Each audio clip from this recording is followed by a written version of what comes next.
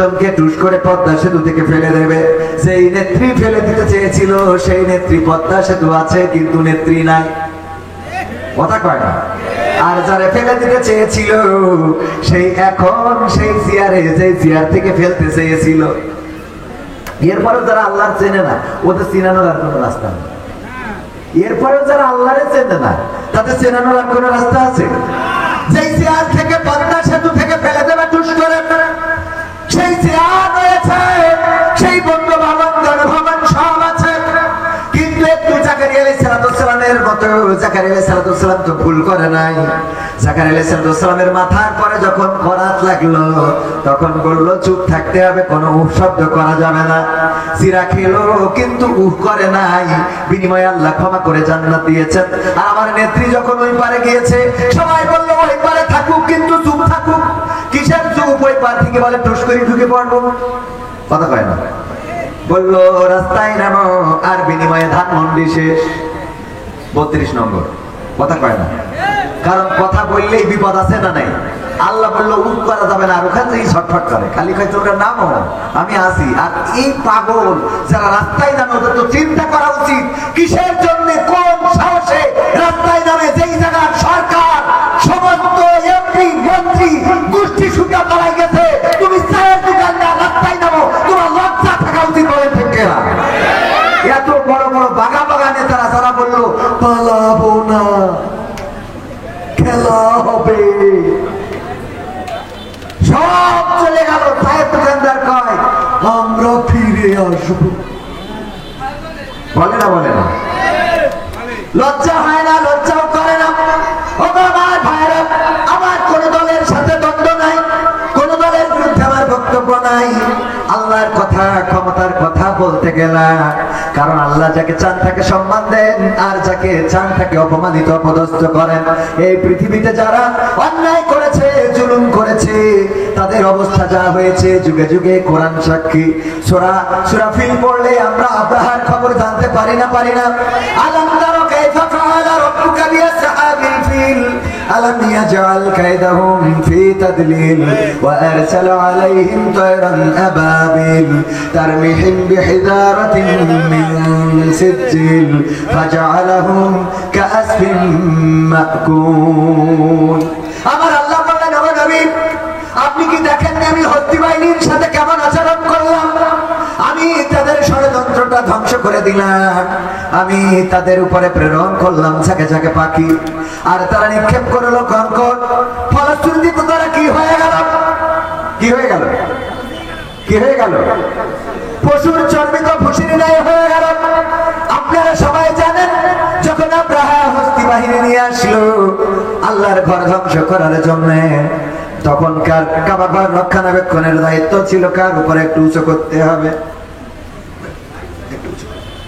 কাবা ঘর রক্ষণাবেক্ষণের দায়িত্ব ছিল কার উপরে? দেখাশোনার দায়িত্ব ছিল কার উপরে? কার উপরে? কার উপরে? Abdul Muttalib. তিনি কে ছিলেন?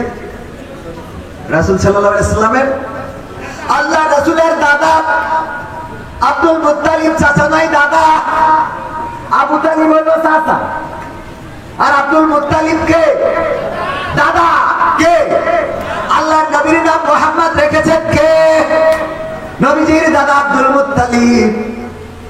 আমার নবীর নামটা রেখেছেন, কাবার চত্বরে নিয়ে গেলেন আল্লাহ রাসূল সাল্লাল্লাহু আলাইহি সাল্লাম জন্মগ্রহণের পরে, আর কাবার চত্বরে নিয়ে যে নাম রাখলেন মুহাম্মদ। এই নামটার মানেটা আপনারা জানেন কি না?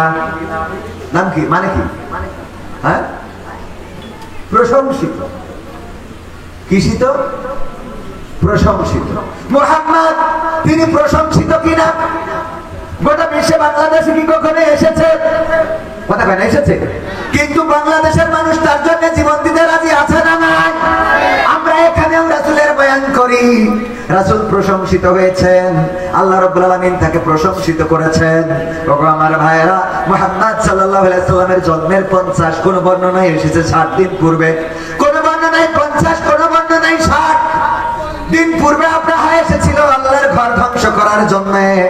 আল্লাহ রাব্বুল আলামিন এই ঘরটা রক্ষণাবেক্ষণ করবেন, কিন্তু আল্লাহ রাব্বুল আলামিন সেই সময় তেমন আল্লাহর কোনো বাহিনী ছিল না, সেই সময় তেমন কোনো বান্দা ছিল না এই কাবা ঘর দেখাশোনা রক্ষণাবেক্ষণ করে টিকিয়ে রাখবেন আব্রাহার বাইরে।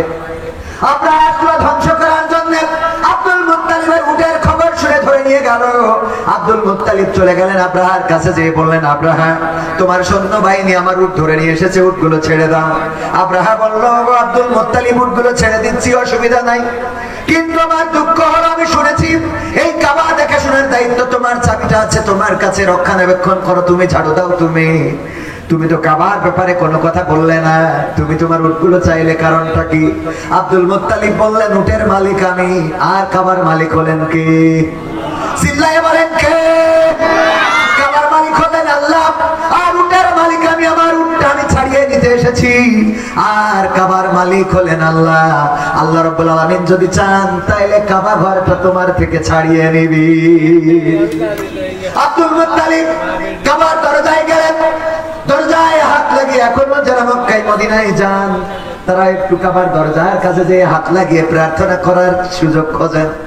ওই কাবার দরজায় দাঁড়ালেন আর আব্দুল মুত্তালিব হাত দিয়ে ফরিয়াদ করলেন, ওগো রব, এই কাবা ঘর রক্ষণাবেক্ষণ করার মতো সক্ষমতা আমার নাই। আব্রাহা এসেছে ভর্তি বাহিনী নিয়ে, তার সৈন্য বাহিনী, তার পদাতিক বাহিনী, তার ঘোড়া বাহিনী সব নিয়ে এসেছে, সবচেয়ে বড় ছিল যেটা হস্তি, হাতি। আল্লাহ আমি তার সামনে দাঁড়াবো তেমন সক্ষমতা আমার নাই, তুমি যদি চাও তাইলে তোমার ঘর তুমি রক্ষা করতে পারো। ওগো আল্লাহ, তোমার ঘর প্রয়োজন যদি থাকে তুমি রক্ষণাবেক্ষণ করো। আল্লাহ রাব্বুল আলামিন সেই ঘর রক্ষণাবেক্ষণ করেছেন, বলেন সুবহানাল্লাহ। এই জন্য আল্লাহর ক্ষমতার অস্তিত্ব আগে আপনাদের জানতে হবে, আমাদের জানতে হবে। আল্লাহ কি করেন বর্তমান দুনিয়ায় 41 সাল পর্যন্ত থাকতে চেয়েছিল শেখ হাসিনা সরকার, আলেমদেরকে ধরেছে, মেরেছে, নির্যাতন করেছে, এমন কোন ভালো মানুষ নেই তার নামে মামলা নাই, ঠিক না বেটে? একবার আমাদের এক হুজুর বললেন, আমি চা খাওয়ার জন্য আমাদের বললো, কিছু লোক বললো চলেন আলহাজের চায়ের দোকান থেকে চা খেয়ে আসি। আমি গেলাম, যাওয়ার পরে চায়ের দোকানদারের দেখে বুঝলাম যে এই লোক তো আলহাজ হইতে পারে না, আলহাজ তো হবে হযরত মাওলানা আব্দুল মজিদ আল আজাদ সাহেব। চেহারা সুন্দর, টাকাও আছে, পয়সাও আছে, যশোরে থাকে, উনার টাকা আছে, উনি আলহাজ হবে। চায়ের দোকানদার কি করে আলহাজ হয়? চেহারাও ভালো না, ঠোঁটের অবস্থা খারাপ, এরকম আছে না? বুকে আদর সোহাগ দান করেছো, নানা রঙের দুঃখে বৃষ্টি ঢেলে জীবন দিলে, শুকনো মাটির বুকে আদর সোহাগ দান করেছো, নানা রঙের দুঃখে দান করেছো তেমনি তুমি, দান করেছো তেমনি তুমি, জ্ঞান আর বিজ্ঞান, দয়া ফুরান, দয়া ফুরান, তোমার দয়া ফুরান। যেমন তুমি দিলে জমিন, দিয়েছো আসমান, সুখের সমাজ গড়তে দিলে তেমনি কোরআন, তোমার দয়া ফুরান, দয়া ফুরান, দয়া ফুরান। মারহাবা বলা যাবে না? কষ্ট হয়ে গেল? সম্মানিত হাজিরিন, ঐতিহ্যবাহী মাদ্রাসা পাল্লা মুকামতলা দাখিল মাদ্রাসা, যে মাদ্রাসার অসংখ্য ছাত্র আজকে বাংলাদেশে অলিতে গলিতে, আনাচে কানাচে, এমনকি বহির্বিশ্বে অবস্থানরত, সেই ঐতিহ্যবাহী মুকামতলা দাখিল মাদ্রাসার উদ্যোগে আয়োজিত বিশাল তাফসিরুল কোরআন মাহফিলের শ্রদ্ধাভাজন সভাপতি আমার সরাসরি উস্তাদ, যাদের কাছে আলিফ বা তা সা এগুলো শিখেছিলাম, আমার পাশে বসা পিতৃতুল্য জনাব মোহাম্মদ আব্দুল ওয়াহিদ সাহেব, সভাপতি পাল্লা বাজার জামে মসজিদ, চিকরগাছা, যশোর। এছাড়া প্রধান অতিথি হিসেবে আসন অলঙ্কৃত করেছেন অত্র অঞ্চলের কৃতি সন্তান, আমাদের এই অঞ্চলের গর্ব, বিশিষ্ট সামাজিক কর্মকাণ্ডে যিনি ভূমিকা রাখেন, আমরা বলতে পারি এই সমাজে সমাজ সেবায় যার অনেক ভূমিকা রয়েছে, হযরত মাওলানা আব্দুল মজিদ আল আজাদ সাহেব। এছাড়া বিশেষ অতিথি হিসাবে উপস্থিত রয়েছেন মোহাম্মদ শাহজাহান আলী, যিনি সভাপতি 3 নম্বর শিমিলা ইউনিয়ন বিএনপি। আছেন মাস্টার মোহাম্মদ নুরুজ্জামান সাহেব, সভাপতি ঐতিহ্যবাহী সংগঠন এশিয়া মহাদেশের বৃহত্তর ইসলামী সংগঠন বাংলাদেশ জামাত ইসলামের 3 নম্বর শিমুলিয়া ইউনিয়নের শ্রদ্ধাভাজন আমির। এছাড়া উপস্থিত আছেন জনাব মোহাম্মদ আশরাফুজ্জামান আশা, যিনি সাধারণ সম্পাদক 3 নম্বর শিমুলিয়া ইউনিয়ন বিএনপি। আছেন মাওলানা আইয়ুব হুসাইন, যিনি সাধারণ সম্পাদক তথা সেক্রেটারি শিমুলিয়া ইউনিয়ন বাংলাদেশ জামাত ইসলাম। এছাড়া আছেন মোহাম্মদ আলতাফ হোসেন, যিনি সাংগঠনিক সম্পাদক 3 নম্বর শিমুলিয়া ইউনিয়ন বিএনপি। আজকে আলোচনা পেশ করবেন বাংলাদেশের প্রখ্যাত উলামায়ে কেরামদের মধ্যে অন্যতম একজন বিশিষ্ট ইসলামী চিন্তাবিদ, মুফাসসিরে কোরআন, আন্তর্জাতিক খ্যাতি সম্পন্ন মুফাসসির জনাব হযরত মাওলানা ডক্টর আবুল কালাম আজাদ বাশার সাহেব, দামাত বরকাতুহু। আল্লাহ রাব্বুল আলামিন মুহতারামকে সহি সালামতে আমাদের মাঝে আসার এবং আমাদের মাঝে মূল্যবান তাকরীর পেশ করার তৌফিক দান করুন, বলেন আমিন। এছাড়া উপস্থিত গণ্যমান্য ব্যক্তিবর্গ, আমার ডানে বামে বসা অনেকেই যাদের পায়ের জুতা বহন করার যোগ্যতা আমি রাখি না। যেই মাদ্রাসার চেয়ারে বসে কথা বলছি, এই মাদ্রাসার চেয়ারে বসতে এখনো ভয় পায়, হুজুরদের সামনে এখনো চেয়ারে বসতে ইতস্ততা বোধ করি। আর সেই সকল উস্তাদদের সামনে বসে বেয়াদবের মতো কথা বলে আল্লাহ আমাকে ক্ষমা করুন। উপস্থিত আছেন আমার সামনে দিনদার ইমানদার মুসলমান ভাই বাবাজিরা, আমার যুবক, কিশোর, তরুণ, আগামী দিনের কান্ডারি যারা, যাদের বিনিময়ে, যাদের রক্তের বিনিময়ে, যাদের মিছিলের বিনিময়ে, যাদের রাজপথের সংগ্রামের বিনিময়ে আমরা 5ই আগস্টে তৃতীয় স্বাধীনতা পেয়েছি, এমন কিছু তরুণ, কিশোর, যুবক আমার সামনে উপস্থিত রয়েছে। পর্দার অন্তরালে রত্নাকর ভামা এবং বড়েরা মাইকের আওয়াজ যারা শুনছেন, আনুষ্ঠানিকভাবে সালাম জানাচ্ছি, আসসালামু আলাইকুম ওয়া রাহমাতুল্লাহি ওয়া বারাকাতুহু।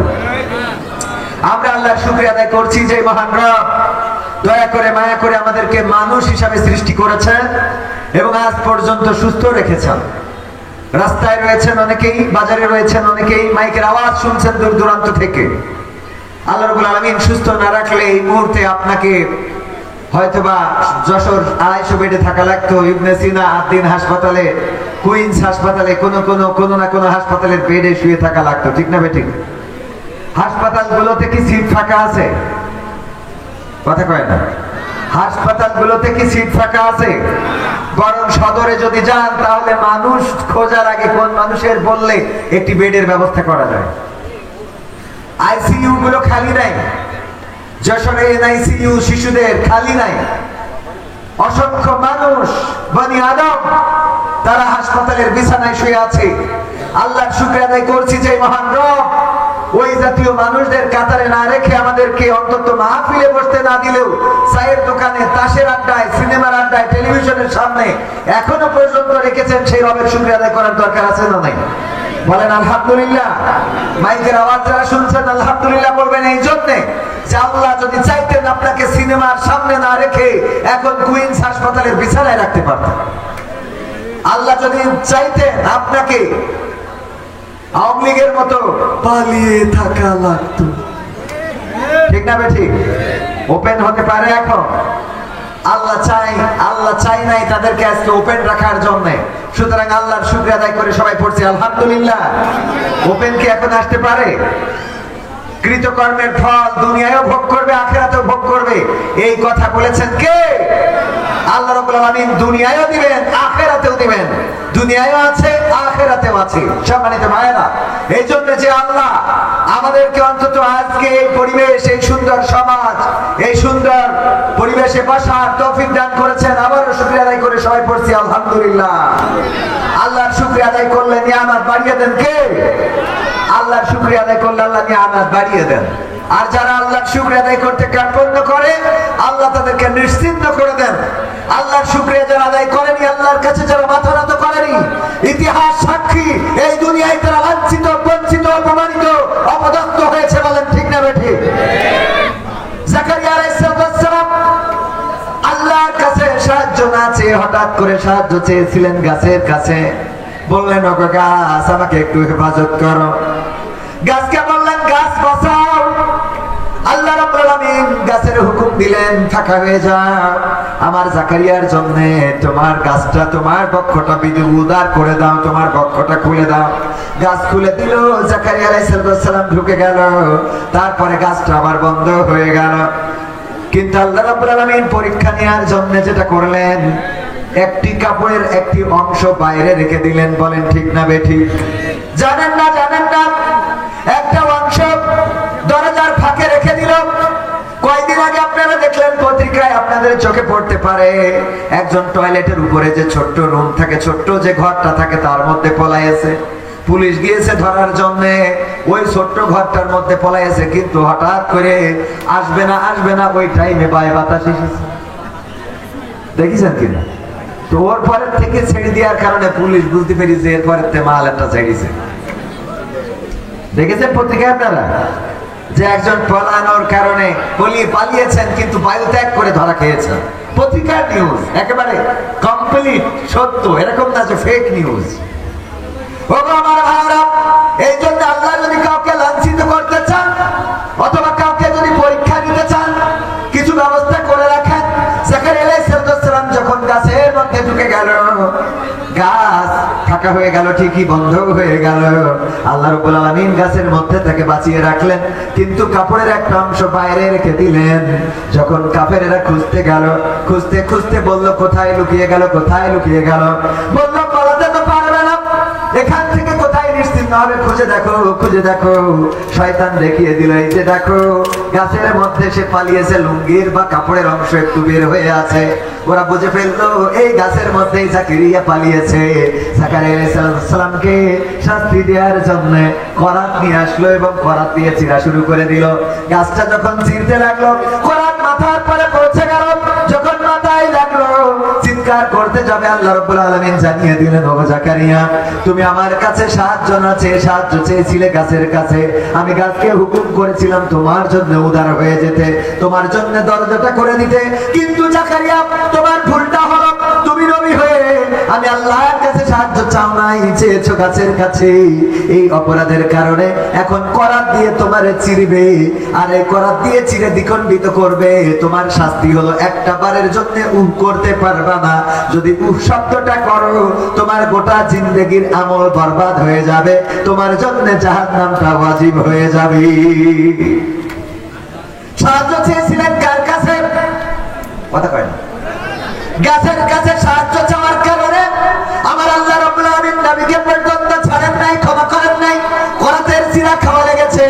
ওগো আমার ভাইরা, আর আমার দেশের সাবেক নেত্রী, জননেত্রী, ইসলামের জন্য অনেক উপকার করেছে। যখন বিপদে পড়ে গেল, আল্লাহরে রেখে সাহায্য চেয়েছে কার কাছে?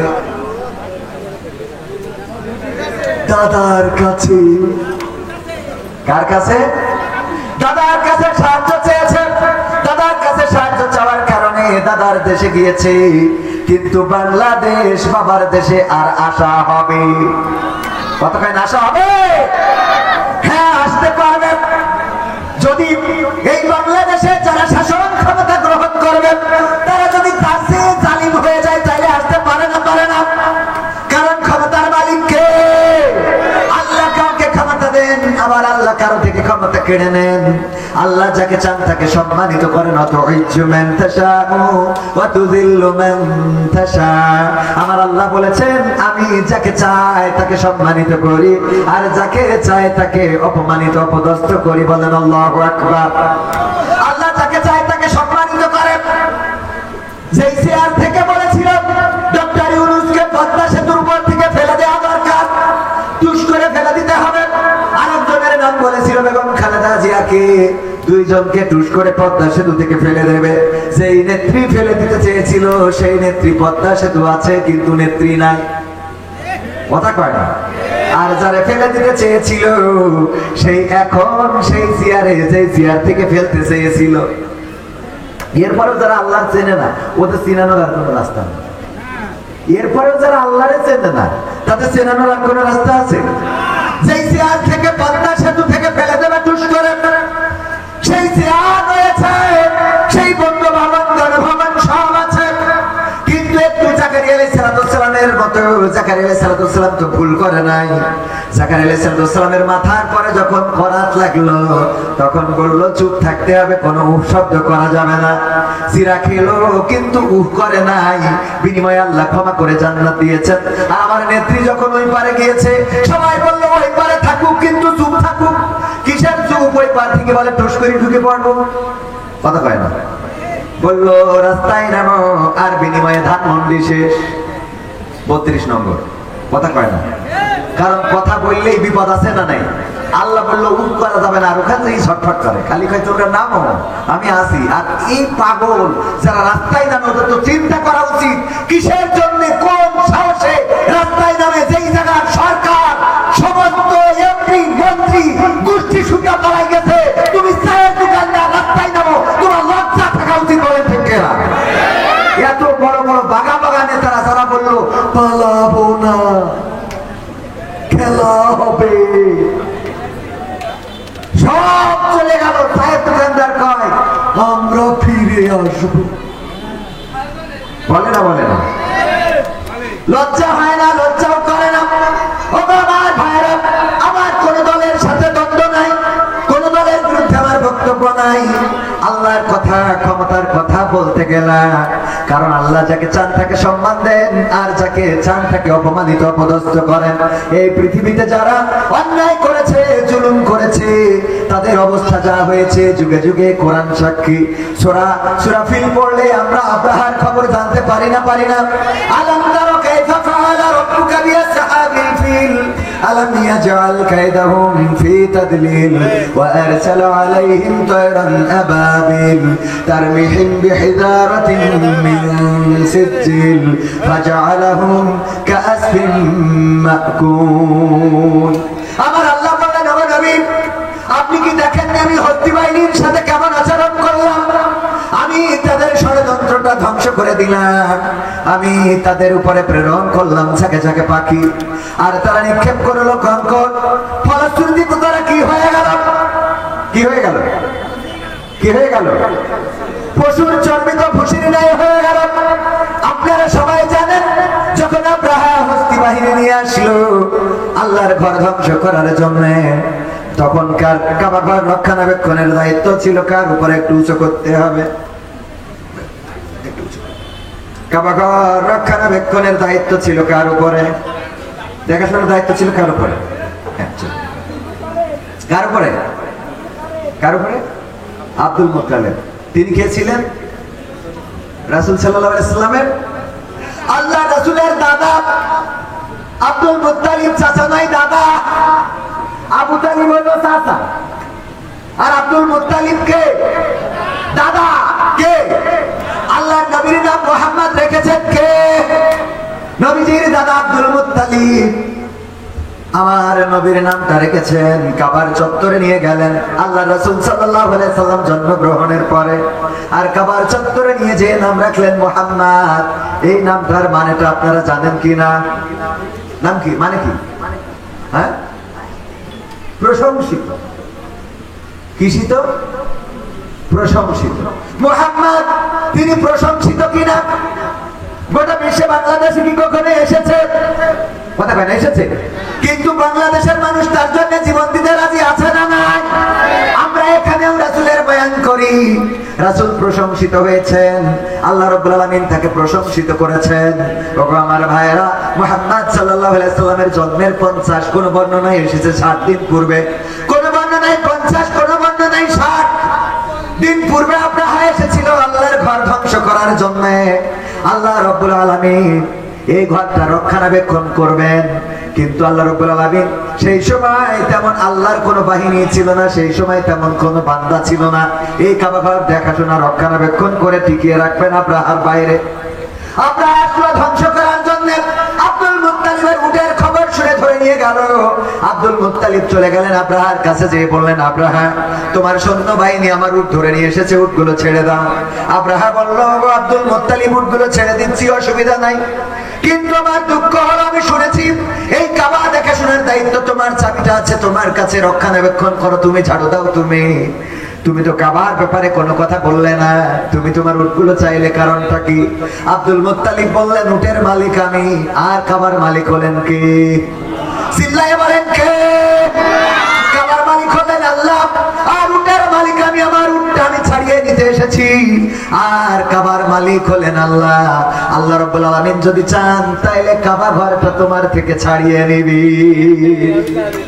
আব্দুল মুত্তালিব কাবার দরজায় গেলেন, দরজায় হাত লাগিয়ে, এখনো যারা মক্কায় মদিনায় যান তারা একটু কাবার দরজার কাছে যেয়ে হাত লাগিয়ে প্রার্থনা করার সুযোগ খোঁজেন। ওই কাবার দরজায় দাঁড়ালেন আর আব্দুল মুত্তালিব হাত দিয়ে ফরিয়াদ করলেন, ও রব, এই কাবা ঘর রক্ষণাবেক্ষণ করার মতো সক্ষমতা আমার নাই।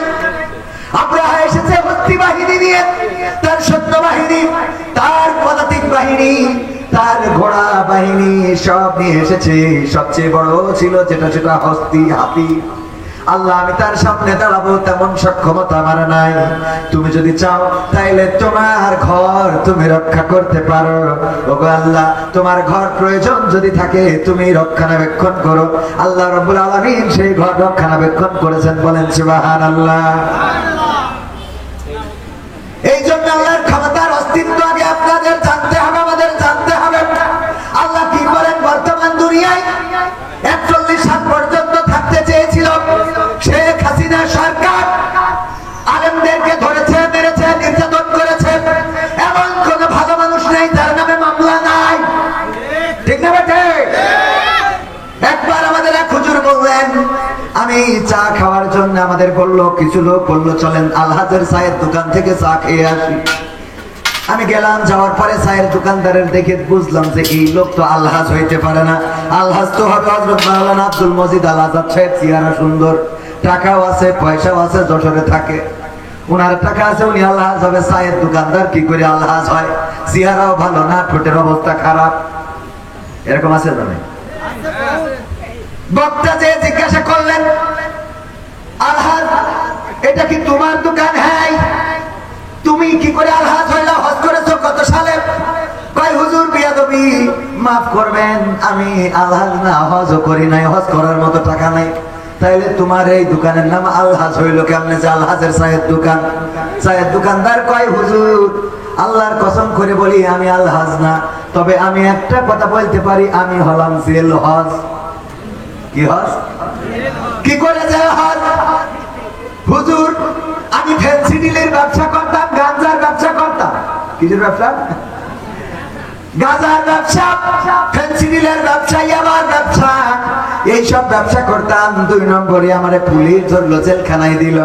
জেলে এসে দেখি, ওরে আল্লাহ, আমি ছাড়া আর ভালো মানুষ একটাও নেই। সব দাড়িওয়ালা, টুপিওয়ালা, পাঞ্জাবিওয়ালা, জুব্বাওয়ালা। মাওলানা মুফতি, জামাতের আমির, বিএনপির নেতা, কথা কয় না। সব জেলখানায় শুধু আমি একমাত্র ভালো মানুষ, বাকি সব অপরাধী। জিজ্ঞেস করি আমার মামলা তো একটা, যার জিজ্ঞেস করি কয় ৩২টা, ৩৬টা, ৭২টা, ৭৩টা। এত বড় বড় পাপী। আমি এটা দেখার পরে চিন্তা করলাম, আহারে আল্লাহ, তুমি আমারে হেদায়েত দিবা বুঝতে পারি না, এত কায়দা করে তুমি হেদায়েত দিয়ে দিলে।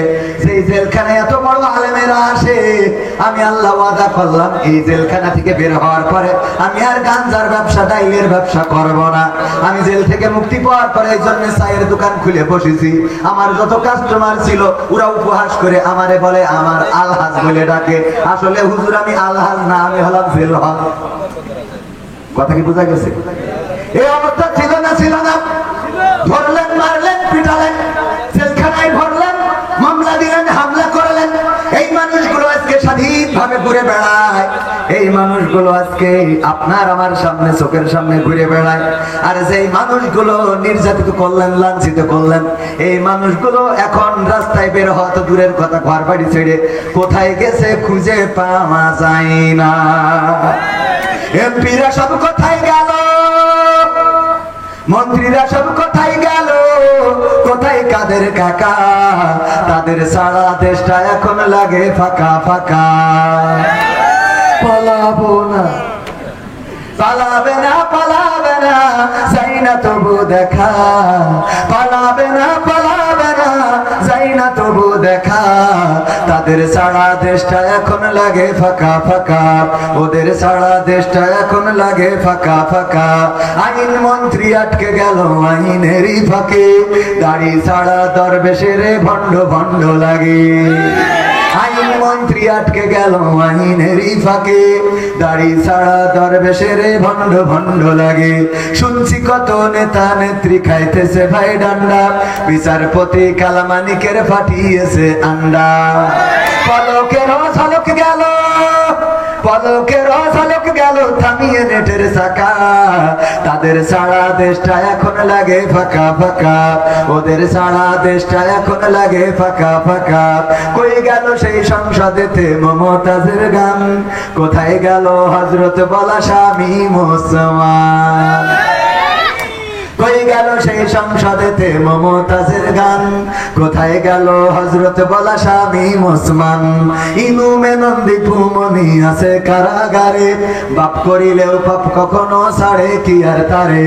কোথায় গেল স্পিকারের, কোথায় গেল স্পিকারের দৃষ্টি আঁকা বাঁকা।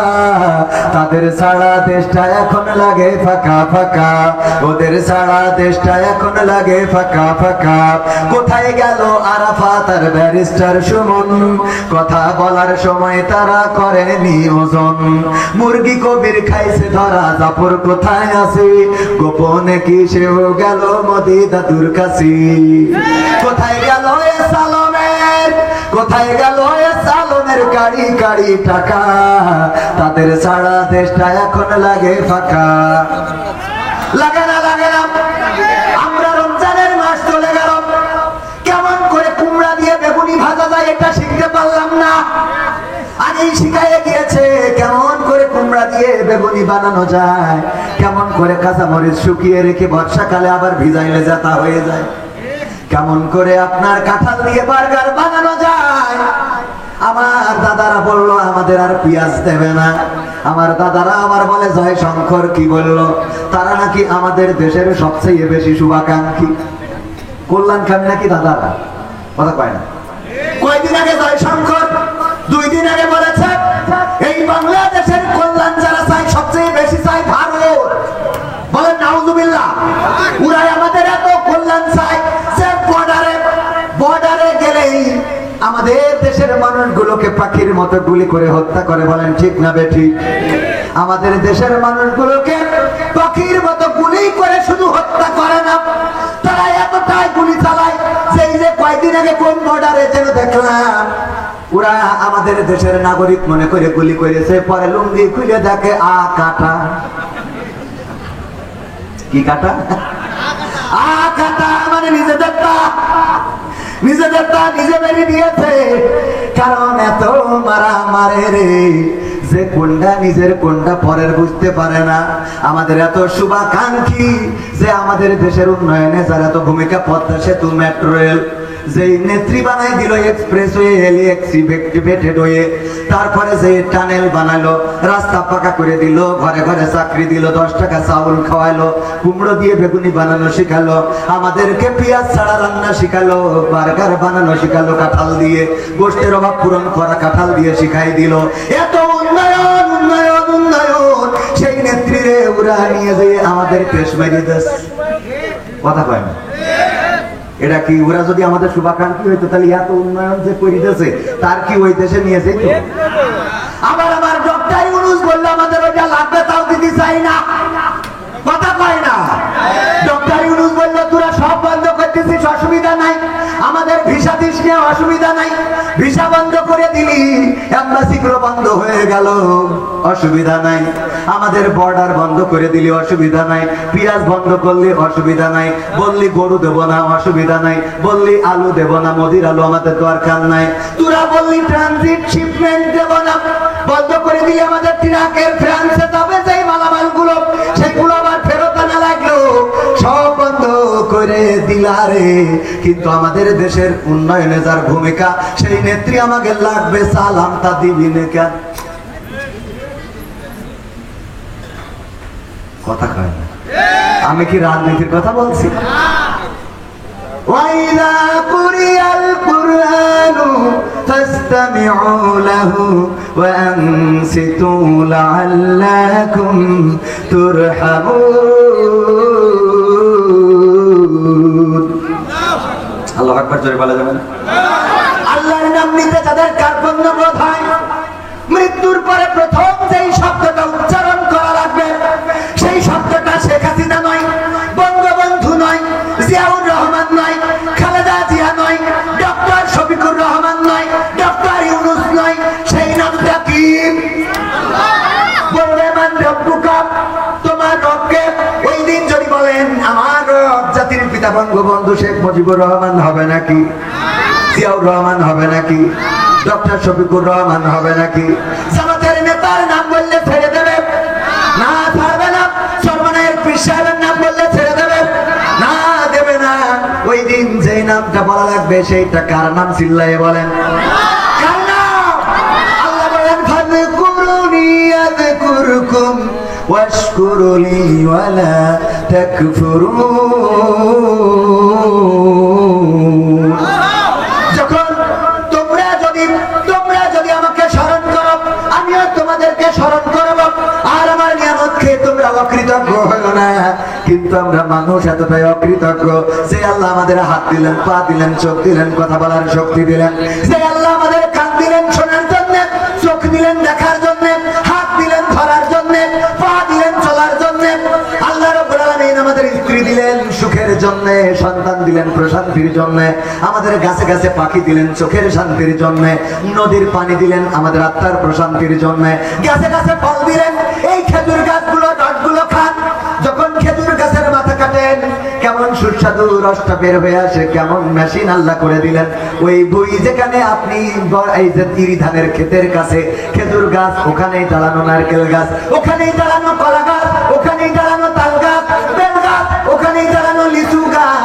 আল্লাহ রাব্বুল আলামিন দেখেন শুধুমাত্র পানি শোষণ করে, আর খেজুর গাছের মধ্যে কি এমন দিয়ে দিলেন, কপাল দিয়ে যখন ওই পানিটা বের করে, ভাড় কি ভাড়, ওইটা মিষ্টি রসে আপনার জন্য আপনার রিজিক হয়ে চলে আসে। ওইটা জ্বালাইলে আবার গুড় হয়, তারপরে পাতালি হয়। সবাই জোরে জোরে বলেন সুবহানাল্লাহ। চিন্তা কি করেছেন কখনো? এই পানিটা চুষে নিল আপনার মাথার পানি, আপনার ডিপটি বয়েলের পানি, খেজুরের রই শিকড় দিয়ে চলে গেল, গাছের মধ্য দিয়ে বের হইল, আর সেটা রস হয়ে গেল, জ্বালাইলে আবার গুড় হয়, পাতালি হয়। আমার আল্লাহ কত সুন্দর করে আপনার জন্য এমন রিজিকের ব্যবস্থা করলেন। যখন পৃথিবীর কোথাও পানি নাই, এক ফোঁটা পানির জন্য হাহাকার, তখন আপনি নারকেল গাছ থেকে দুইটা ডাব পাইলেন। কোন রব কত সুন্দর করে সুস্বাদু পানির ব্যবস্থা করে রেখেছেন। নারকেলের ডাবটা কাটলেন, ফিটকি দিয়ে পানিটা বের হয়ে গেল, তারপরে ঢকঢক করে মেরে দিলেন, আর বললেন নারকেল গাছটা আল্লাহর শুকরিয়া আদায় না করে বলেন নারকেলের ডাবটা খুব ভালো ছিল। একটা বার যারা আলহামদুলিল্লাহ বলে না, এদের মতো অকৃতজ্ঞ মানুষ হইতে পারে? আপনি না চাইতে স্ত্রী, আপনার একটা বিবি দিয়েছে আল্লাহ রাব্বুল আলামিন, যেই বউয়ের কাছে আপনি আত্মিক প্রশান্তি খুঁজে পান। না চাইতে আল্লাহ সন্তান দিল, সেই সন্তান বাবা বলে ডাকলে আপনার কলিজাটা জুড়িয়ে যায়। কথা কয় না? যার সন্তান নাই সেই বোঝে সন্তান না থাকার কত যন্ত্রণা। যার কলিজার টুকরা সন্তান নাই সেই বোঝে সন্তান না থাকার কত জ্বালা।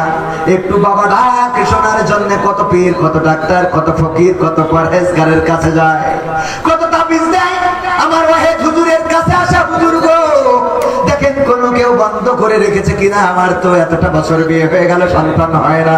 যে আল্লাহ না চাইতে আপনার সন্তান দিল, আপনাকে বাবা বাবা বাবা বলে ডাক দেয়, আপনার স্ত্রীকে মা মা বলে ডাক দেয়, আপনার মাকে দাদি দাদি বলে ডাক দেয়, আপনার বাবাকে দাদা দাদা বলে ডাক দেয়। এত সুন্দর সন্তান আল্লাহ না চাইতে দিল, সেই আল্লাহর শুকরিয়া আদায় করে না। বন্ধুরে বলে দোস্ত একখান লাঠি পয়দা করেছি, মিষ্টি খাতি আসি। কি পয়দা করি? আবার নতুন করে এখন যদি জিজ্ঞাসা করা হয় দোস্ত বিয়ে করেছো কিনা, কয় 3 বছর হলো। আগের সময় যদি জিজ্ঞাসা করা হয়তো ভাই বিয়ে করেছেন কত বছর, 5 বছর, সন্তান আদি আছে নাকি, কয় আল্লাহর মাল দুইটা দিয়েছে। আল্লাহর মাল কথা কয় না, বলতো না আল্লাহর মাল দুইটা দিয়েছে। আর এখন যদি জিজ্ঞাসা করেন দোস্ত বিয়ে করেছো নাকি, কয় করেছি। কয় বছর? 3 বছর। বাচ্চা কাচ্চা হয়েছে নাকি, ভাই এখনো নিইনি, ওই এখনো নিইনি। আগে আল্লাহ দিত আর এখন ও নেয়, এখনো নিইনি। কেন? ভাই আমার স্ত্রী বলছে আরো কদিন ফিতরিং মেরে নি, আরো কয়েকদিন আমরা একটু এনজয় করি। তারপরে আমাদের আলোচনা হয়েছে বিয়ের 5 বছর পরে সন্তান নেবে। ও আর যদি কারোর হয়, যদি জিজ্ঞাসা করেন কয়টা, 2টা, আর চিন্তা আছে। আর এখন বলে না যে আল্লাহ কি আর দেবে নাকি, এটা বলে না, কয় আর চিন্তা আছে নাকি, মানে ও চিন্তা করলে হবে, কথা কয় না। আসলে কি ও চিন্তায় সন্তান হয়? ও চিন্তায় সন্তান হয় না। তাই যদি হতো তাইলে নিঃসন্তানী যারা আছে তারা কত আল্লাহর ডাকে, কত চিৎকার চেঁচামেচি করে, কত ফকির, কত আউলিয়ার কাছে যায়, কত ডাক্তারের কাছে।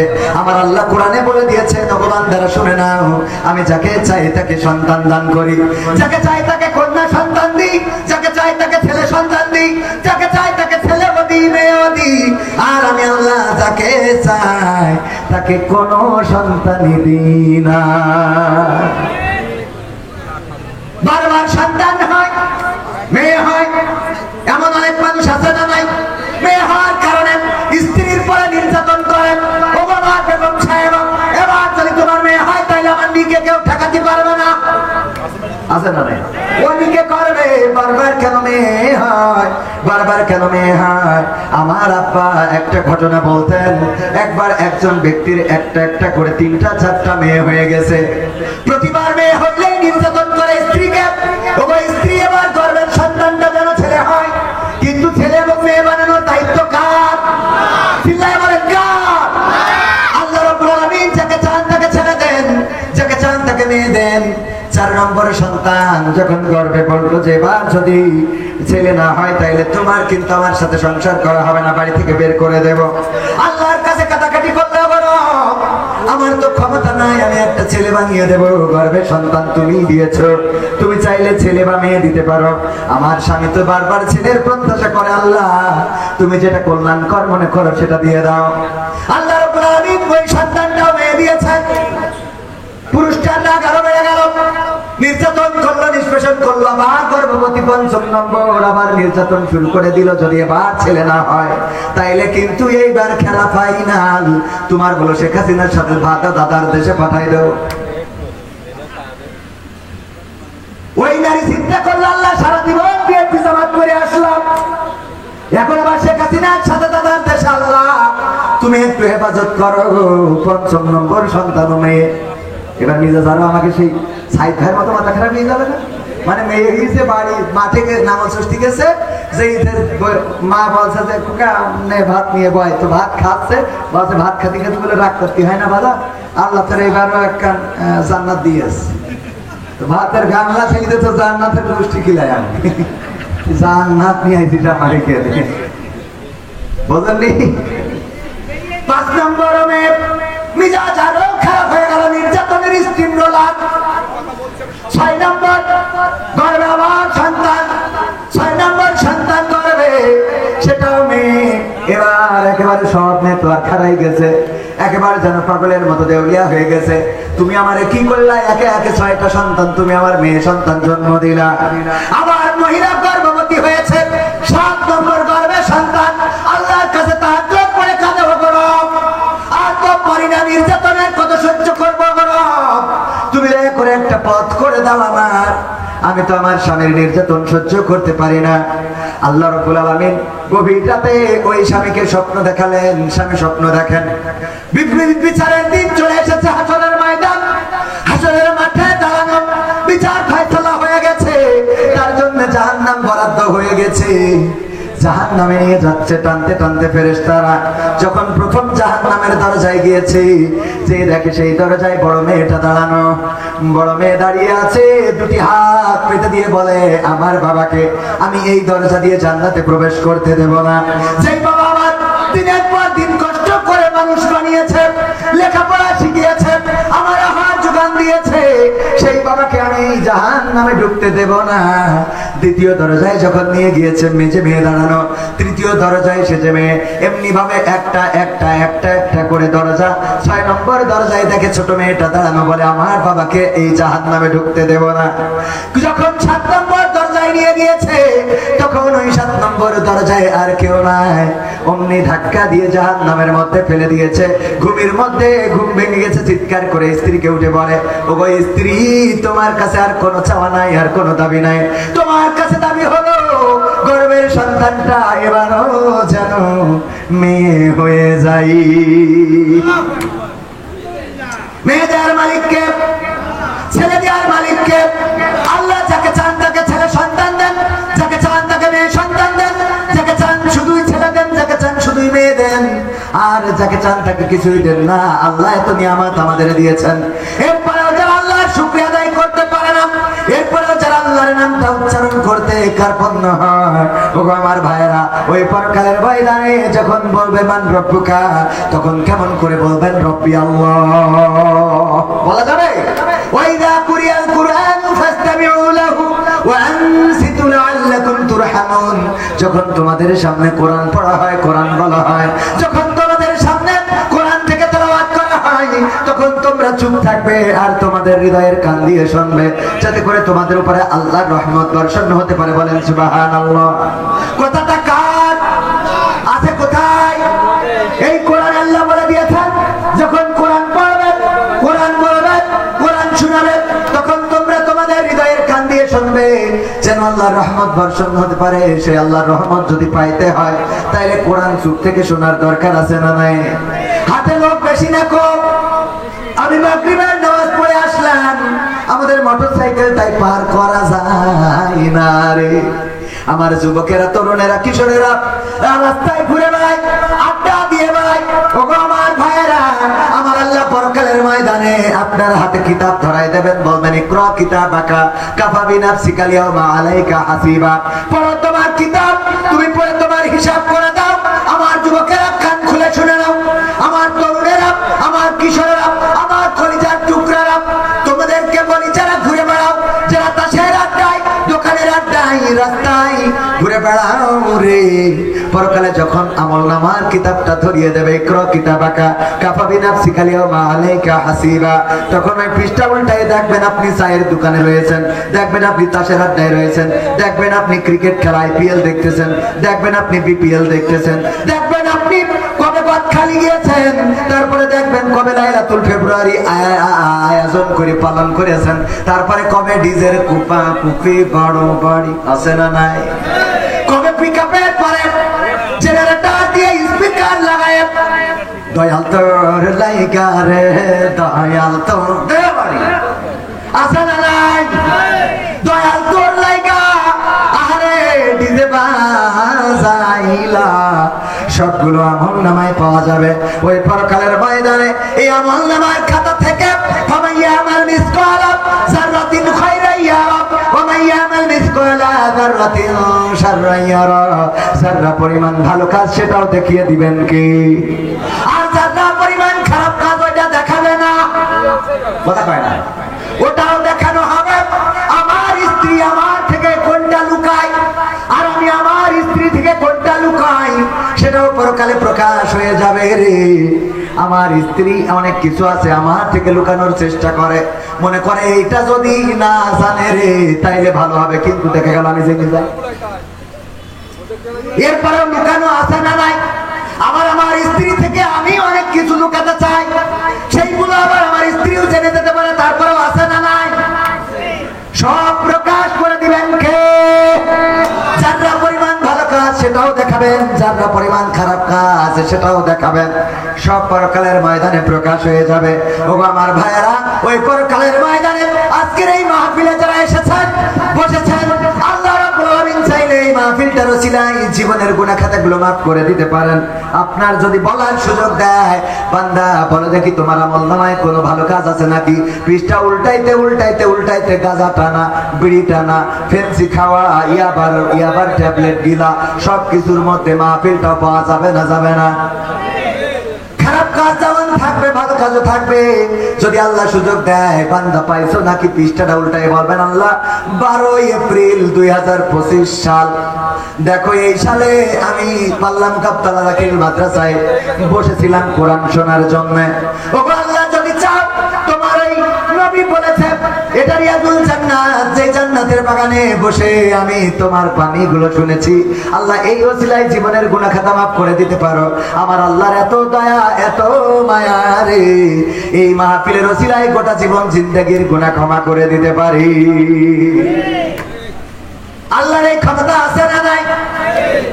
আল্লাহর নবী বলেছেন, বুখারী শরীফের বর্ণনা, বিশ্ব নবী বলেছেন, ও সাহাবীরা শুনে নাও, বনি ইসরাইলদের একজন তার সন্তানদেরকে ওসিয়ত করলো, সন্তানেরা আমি মারা যাওয়ার পরে আমার লাশটা পুড়াবো, তারপরে ছাই বানাবো, তারপরে বিকট ঝড়ের দিনে উড়াইয়া দিবা। আল্লাহর নবী বলেন, ও আমার সাহাবীরা শুনে নাও, লোকটি মারা যাওয়ার পরে তার সন্তান ওই লাশটারে পুড়াইলো, ছাই বানাইলো, তারপরে উড়াইয়া দিল। এখন আল্লাহর বানাতে পারলো না। ও পারে? হ্যাঁ, কি আল্লাহ বানাইতে পারে না? পারে না। আল্লাহ রাব্বুল আলামিন বলেন, কুল হক ফায়াকুন, হয়ে গেল। আল্লাযী খালাকাল মাউতা ওয়াল হায়াতা লিয়াবলুয়াকুম আইয়ুকুম আহসানু আমালা ওয়া হুয়াল আজিজুল গফুর।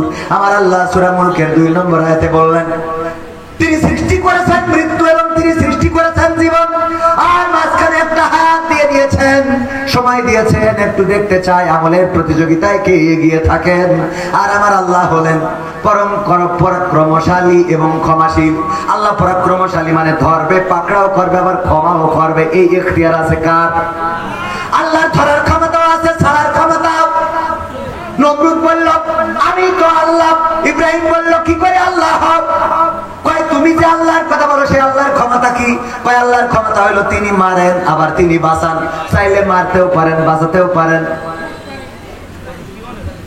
কথা কয় না, ঠিক না? ঠিক বলল, তিনি তো এমন রব যিনি চাইলে মারতেও পারেন, বাঁচাতেও পারেন। নমরুদ বাদশা 2 জন কয়েদি ধরে নিয়ে আয়, জেলখানা থেকে 2 জন নিয়ে আসলো, একটারে কুরাস দিয়ে দিল, একজনের বেকুসুর খালাস। মানে তখন তো কুরাস ছিল না, উপান একটা মেরে দিলে মাথাতে পড়ে থাকলো। বললো, দেখো আমারও একই ক্ষমতা, তোমার আল্লাহ মারতেও পারে, বাঁচাতেও পারে, আমিও পারি। এই যে একটা মেরে দিলাম আর একটা ছেড়ে দিলাম। কথা কয়। ইব্রাহিম আলাইহিস সালাম আল্লাহ যার শিক্ষা দিয়েছেন, তিনি সুন্দর করে বললেন, নমরুদ, যদি তাই হয়, তোমার কথা যদি সত্য হয়, আমার আল্লাহ পূর্ব দিগন্তে সূর্যটা উঠায় পশ্চিমে অস্তমিত করেন। তোমার যদি পাওয়ার থাকে, ক্ষমতা থাকে, তাইলে সূর্যটা পশ্চিম দিগন্তে উদিত করে পূর্ব দিগন্তে অস্তমিত করে দেখা। আছে ক্ষমতা? আছে। মেট্রো রেল বানাতে পারবা, পদ্মা সেতু বানাতে পারবা, মানুষকে ফাঁসির কাছে ঝুলাতে পারবা, ক্রস ফায়ার দিতে পারবা, মামলা দিতে পারবা, হামলা করতে পারবা, কিন্তু একটা মানুষ আবার নতুন করে জীবন্ত করতে পারবা না। নিজের হায়াত শেষ হয়ে গেলে নিজের হায়াত চার বাড়াইতে পারবা। কথা কেন বাড়ানো যাবে? নিজের চেয়ারটাও ধরে রাখার ক্ষমতা কি আছে? না, নাই। আমার ভাইয়েরা, এই জন্য ক্ষমতার বড়াই দেখানো যাবে না। রূপের বড়াই করিস না রে, রূপ চিরদিন থাকে না। রূপের বড়াই কইরো না ভাই, রূপ চিরদিন থাকে না। নিজের মুখটা দেখা একদিন হইবে তোমার যন্ত্রণা।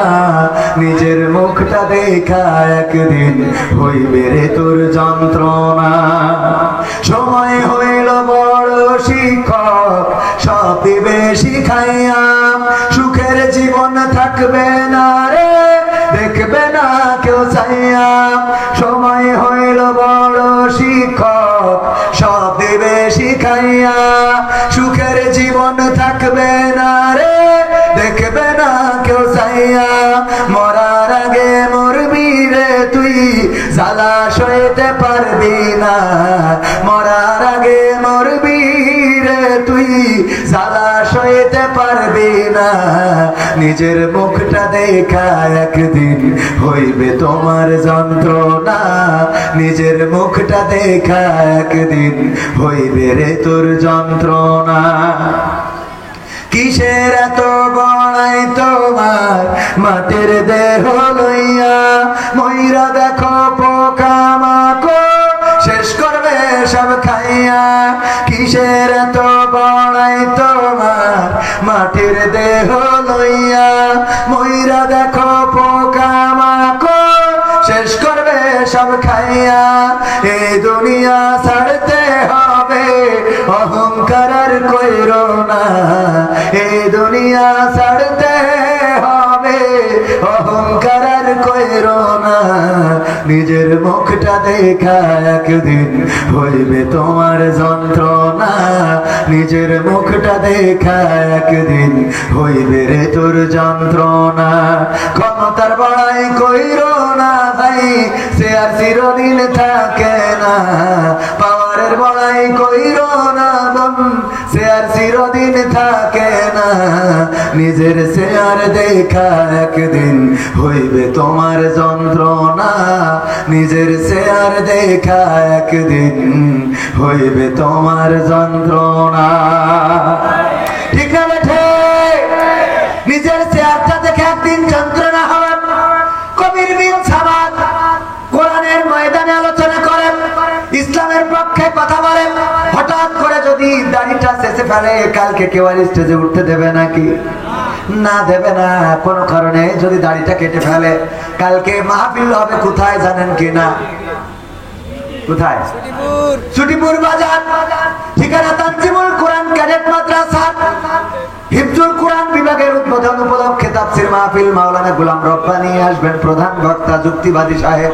বিশেষ বক্তা আব্দুল সালাম যুক্তিবাদী। এই মাহফিল হবে আগামীকালকে। আজকে যদি কোনো কারণে দাড়ি কাটি, ওই মাদ্রাসাটা আমার, মাহফিলটাও আমি ব্যক্তিগতভাবে আয়োজন করেছি। ওই মাহফিলেও আমার ওয়াজ করতে দেবে নাকি কেউ? নিজের মাহফিলেও কথা বলতে দেবে না, শুধু কি না থাকার কারণে, দাড়ি না থাকার কারণে। এবার এই স্টেজটা দেখে, মঞ্চটা দেখে, চেয়ারটা দেখে কষ্ট হইতে পারে না, পারে না। শুধুমাত্র আল্লাহর নবীর একটা হুকুম, আল্লাহর নবীর বড় সুন্নাহ। দাড়ি কেটে ফেলার কারণে যদি স্টেজের চেয়ারে জায়গা না হয়, আল্লাহর হুকুম নামাজ অমান্য করেন, কোরআন পড়েন না, হাদিস পড়েন না, যাকাত দেন না, দান করেন না, সাদাকা করেন না, বলেন দেখি রে পরকালের ময়দানে বুঝি কষ্ট থাকবে না রে? নিজের দেখি কি দেখি কষ্ট হবে? যখন দেখবেন পাগলটা, সেই পাগলটা ভালো বুঝতো না, নিজের আইনটাও নিজে ঠিক রাখতে পারে না, নিজের গরু নিজে চিনতে পারে না, টাকার নোটটাও বোঝে না, কোনটা 500 টাকা, কোনটা 1000 টাকা, কোনটা 4 টাকা, কোনটা ভালো টাকা।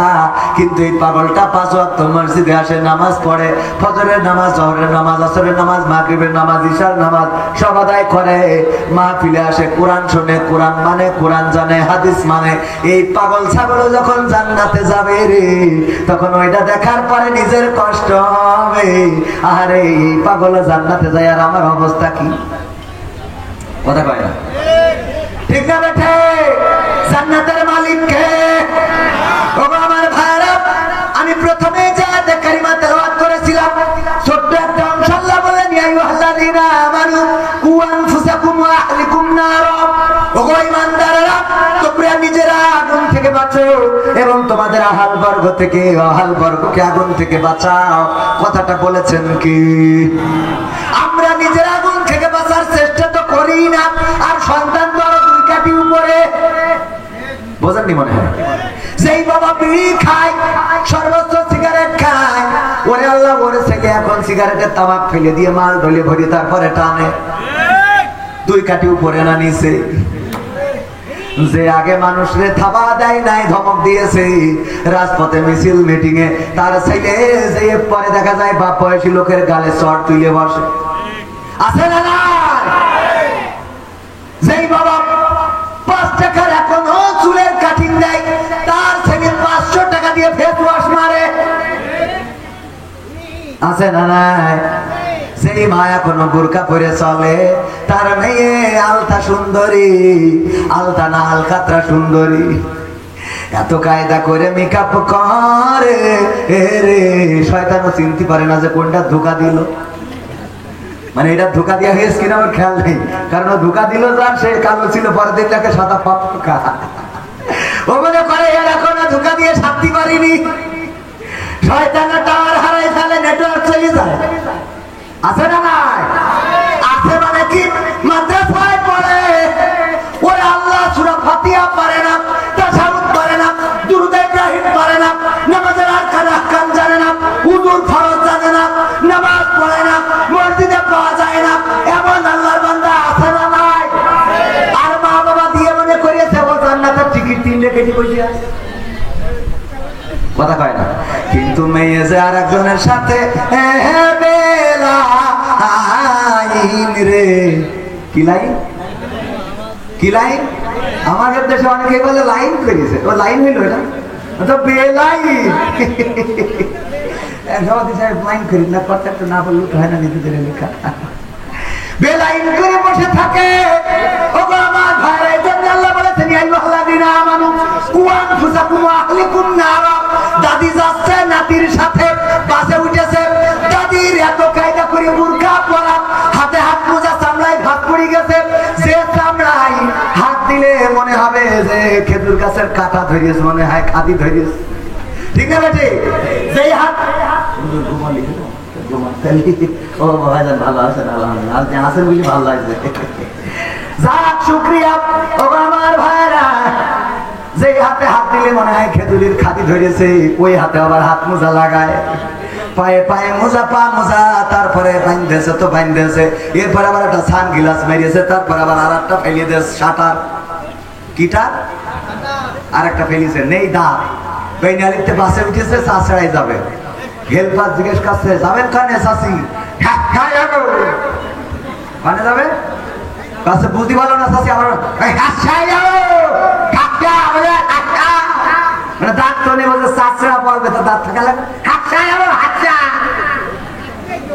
বুঝতে পারে না।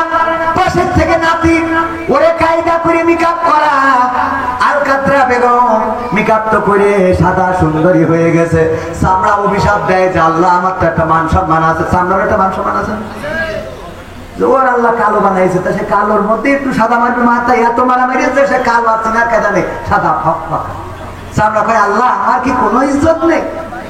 তো পুরো আমার ঢেকে দিল, কথা কয় না, আমার তো একটা মান ইজ্জত আছে, পুরো ঢেকে দিয়েছে। দেওয়ার পরে এই নাতি আবার ওই সাদা মেরেছে তো মেরেছে, আবার লাল করে একটু লাগাই রেখেছে কপালে টিপ, তারপরে পুরো আবার কায়দা করে আল্লাহ যেটা দিল পছন্দ হয়নি বলে আবার একটু কাটিং করে সাইজ করে আছে না না। তারপরে ঠোঁটে ঠোঁট পালিশ লাগায়, শুধু ওখানেই শান্তি হয়নি, আবার তার কাটার বর্ডার দিয়ে কালো করে চিকন করে, তার কাটার বর্ডার এটা চিকন করে। আপনি তো মুরব্বী মানুষ, দরকার দরকার নেই, দেখে আর কি, ঠিক না? আছে না নাই? আল্লাহ বলেন ওয়াকারনা ফি বুয়ুতিকুন্না ওয়ালা তাবাররাজনা তাবাররুজাল জাহিলিয়াতিল উলা। ওগো নারীরা পর্দার মধ্যে থাকো, জাহিলি যুগের মেয়েদের মতো সাজুগুজু করে নিজেদেরকে প্রদর্শন করে বেড়াইও না। আর আমার মা বোনেরা এত সাজুগুজু করে যে আমাদের গদখালি গেলি পা ফেলা যায় না রে, ঠিক না বেঠে? ওরা কারা? সাদের দেশ থেকে এসেছে, হ্যাঁ, এলিয়েনের বাচ্চা। কাদের বাচ্চা? আমাদের বাচ্চা। মানসি না আমাদের, কে মানসি? আমাদের বাচ্চা, আমাদের বোন, আমাদের ভাতিজি, আমাদের নাতি, আমরা ছেড়ে দিছি। যদি কোনো মুরব্বীর বলি চাচা গো তোমার নাতিরে দেখলাম গদখালি আর একজনের মোটরসাইকেলে পিছনে গিয়ার মেরে বেড়াচ্ছে, ও বাপু এখন ওকে ভালো একটু পারবে বাবা, ঠিক না বেটে? এখন ওদের বয়স একটু করে করতে দেন, কোনো অসুবিধা নাই, অসুবিধা নাই। কিন্তু পরকালে বাটাম খাওয়ার জন্য আপনার তৈরি থাকার দরকার আছে না নাই? এই জন্য নিজে ভালো হইলে হবে না, সন্তানকে ভালো বানাতে হবে, আহার বর্গকে ভালো বানাতে হবে, নামাজ পড়ার জন্য মসজিদে পাঠাতে হবে, কোরআন পড়া শিখাতে হবে, হাদিস পড়াতে হবে, ইসলামী আন্দোলন করাতে হবে। কিন্তু আমরা যেটা করি, বেঁচে থাকতেই 2 দিন জনসংযোগ করলাম, ইসলামী আন্দোলন ঘোষিত 15 দিন দাওয়াতি পক্ষ জনসংযোগে কত মানুষের দাওয়াত দিয়ে কেউ বলে বাবা দয়া করে আমার ফরম পূরণ করো না, কারণ আমি তোমাদের সাথে যাব না রে। এই কথা বলে দুঃখ নাই, কিন্তু যখন মরে তখন তোকে বলে না ও ইমাম তুমি শোনা তোমার জানাজা চলবে না রে বলে, তখন বলে কবির বিন সামাদ আল্লাহ কেই তোর আব্বা তোমার গেতে ওরা বলছি আমি দোয়া করতে তুই কর, এতদিন তো ফরম পূরণ করতে পারলেন এখন করো দোয়া নিজে তা নিজে কথা কয় না। আসা মরে যাওয়ার পরে কবরে যাই, কবরে যাওয়ার আগে এবার ইমামের দরকার আমার আপনার একটা উদাহরণ দিত, উদাহরণটা দিয়ে আলোচনা শেষ করবো নিজের অঞ্চল। এত আলোচনা করা উচিত না। একজন বিয়ে করেছে দাড়িওয়ালা হুজুর, বিয়ে করার পরে বউ আর তার ঘরে ঘুমায় না, বউ তার বাড়ি আর আসতে চায় না, বাড়িতে গেলে আসতে চায় না, জোর করে নিয়ে আসে, কিন্তু বউ ওই ঘরে ঘুমায় না। কারণ কি? কারণ হলো ওর শালীরা বলেছে যে তোর বুড়োর সাথে বিয়ে হয়েছে, তোর ওই বুড়োর সাথে বুড়ো খাটাসের সাথে বিয়ে হয়েছে, এই জন্য ওই দাড়িওয়ালার সাথে আর ঘুমায় না, পাশের ঘরে থাকে। চোর চুরি করার জন্য শিং কেটেছে যে ঘরে বউ থাকে, ওই ঘরে যা ছিল আইলা আগুনের মধ্যে আইলা সাইলা পাইলা সোনা দানা গয়না গাটি টাকা পয়সা এলইডি সিডি ভিসিডি সব গুছাই নিয়ে চলে গেছে। যাওয়ার পরে যখন সব নিয়ে চলে গেছে, যাওয়ার পরে আর ঘরে কিছু বাকি নেই, ওই সময় এসে শুয়েছে ওই স্বামীর কাছে। ওই সময় কি করি? স্বামী তো মনে করছে যা আমার বউ ভালো হয়ে গেছে। কেন? কারণ কি? কারণ হলো ইতিপূর্বে কত হুজুরির কাছে তাবিজ নিয়েছে, কত হুজুরির কাছ থেকে ওই যে এই আমার ওই হুজুরির কাছ থেকে দোয়া নিয়ে গেছে, কাজ হয় নাই। তারপরে জর্মনাথ পীর সাহেবের কাছে দোয়া নিয়েছে, কাজ হয় নাই। কবির সামাদের কাছে দোয়া, কাজ হয় নাই। জামাত নেতার কাছ থেকে দোয়া নিয়েছে, কাজ হয় নাই। আমার আশা ভাইয়ের কাছ থেকে দোয়া নিয়েছে, যে বিএনপির কাছ থেকে দোয়া নিয়ে দেখি তাও কাজ হয় নাই। কিন্তু পাল্লা মসজিদের ইমাম উনি বলেছে যে একটু সব হুজুর ফেল মেরেছে, বিএনপি ফেল, জামাতও ফেল, তাই আমি একটা তাবিজ করে দিয়ে দেখি। যেদিন ওই তাবিজ নিয়ে গেছে বালিশের মধ্যে রেখেছে, ওই দিন ওই বউ ঘরে এসে শুয়েছে। ও তো মনে করছে ওরে আল্লাহ কত বড় হুজুর রে, হুজুরে দাওয়াত দিয়েছে, দাওয়াত খাবা হুজুর, মুরগির গোশ, গরুর গোশ, ভেড়ার গোশ, কুত্তার গোশ, উদির গোশ, যা আছে মন চাইছে, শোল মাছ, বইল মাছ, ইলিশ মাছ, পাঙাশ মাছ, খাটাস মাছ, যত মাছ আছে সব এনে স্ত্রীর কয় রান্না করো। কেন? কয় আমি হুজুরের দাওয়াত করতে আইছি। কোন হুজুর? পাল্লার হুজুর। কয় পাল্লার হুজুর এত খাওয়াতে কারণ আছে, খাওয়াতে তো হবে। কি কারণ? কয় বলা যাবে না, তুমি রান্না করে না বললি রাখবো না।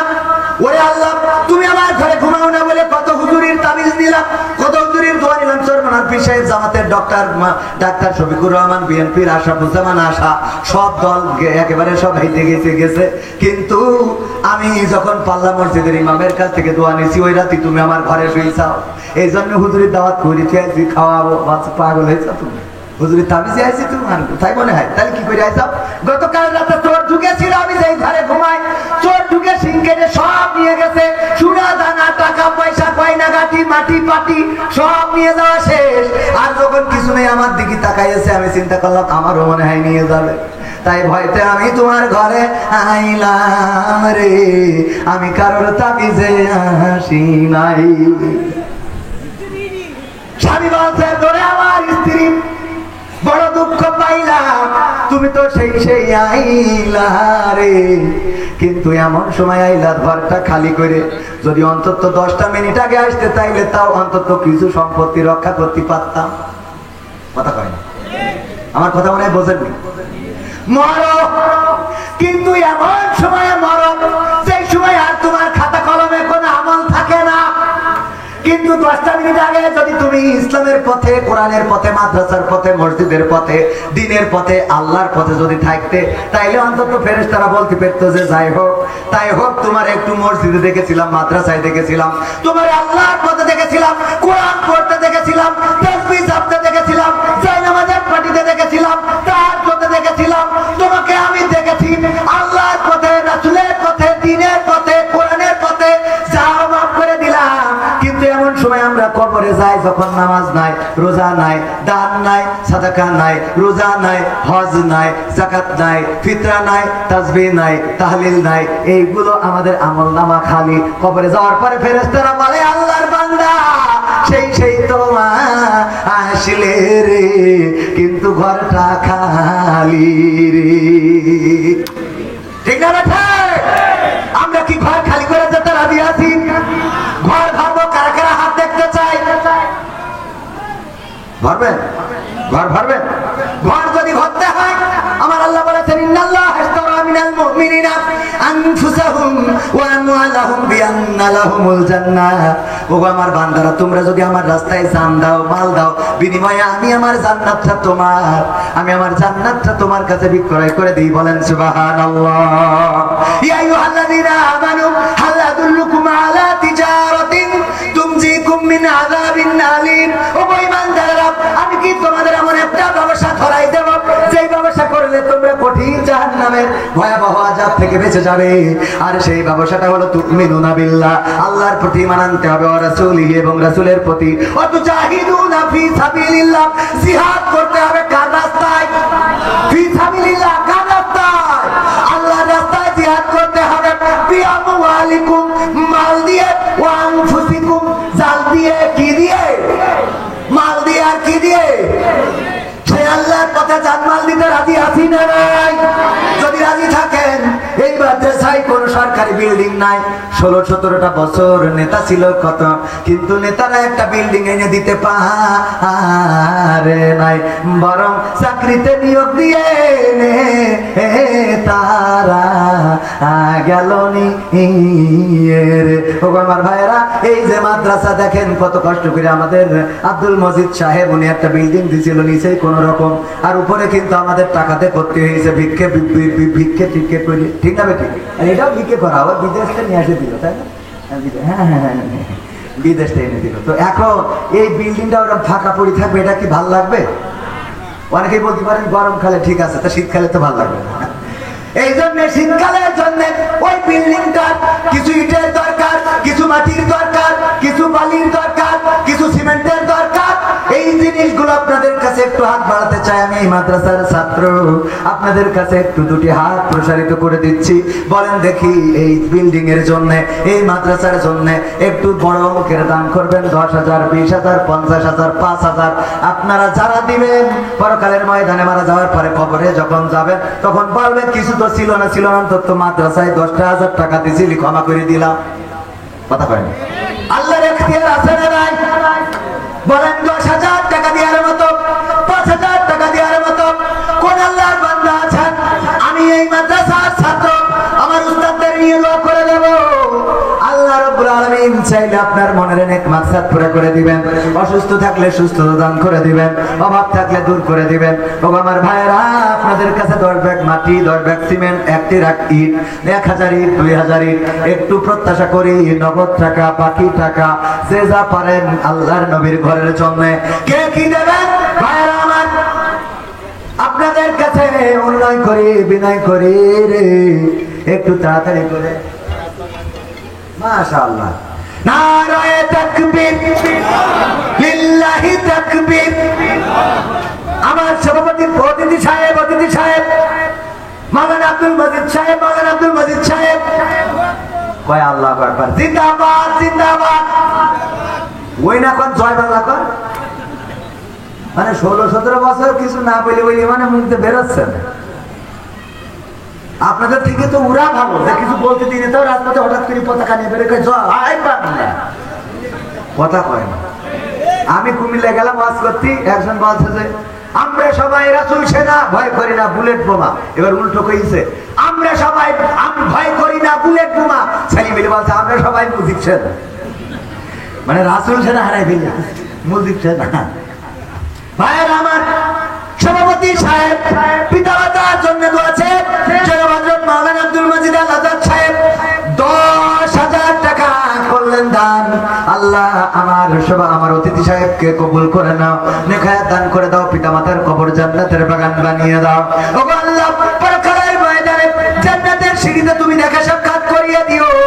আল্লাহ, তুমি কবরটারি রিয়াজুল জান্নাতে পরিণত করে দিও। আল্লাহ জীবনের গুনাহ খাতাগুলো মাফ করে দিও। সবাই জোরে জোরে বলেন আমিন।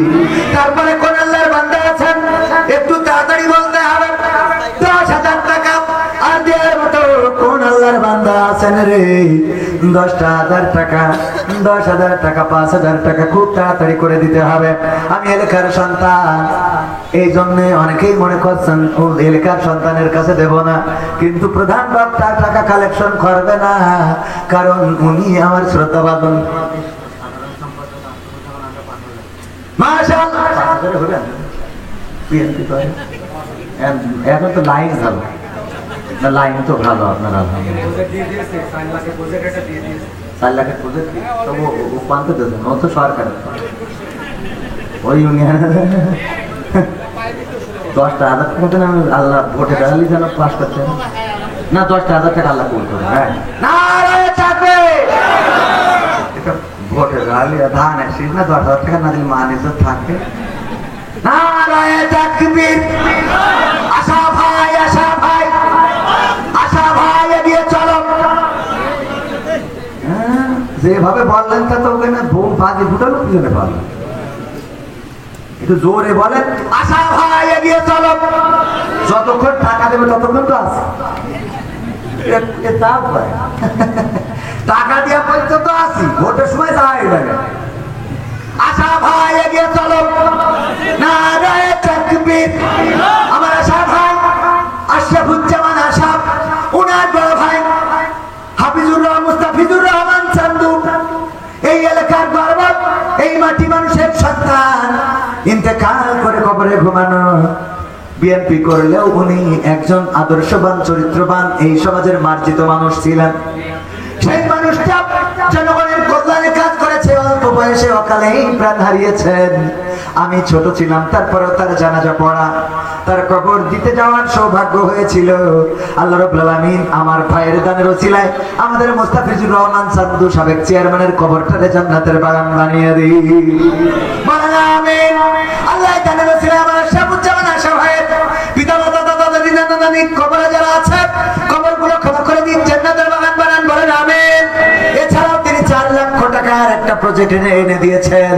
আল্লাহ এই প্রজেক্ট এনে দেওয়ার কারণে মনের অনেক মাকসাদ পুরা করে দাও। বলেন আমিন। আল্লাহ স্ত্রী সন্তানদেরকে কবুল করে নাও। বলেন আমিন। তারপরে কোন আল্লাহর বান্দা আছেন 10,000 আর যদি না থাকে 5,000 পার্টি, কারা 5,000 টাকা দেবেন?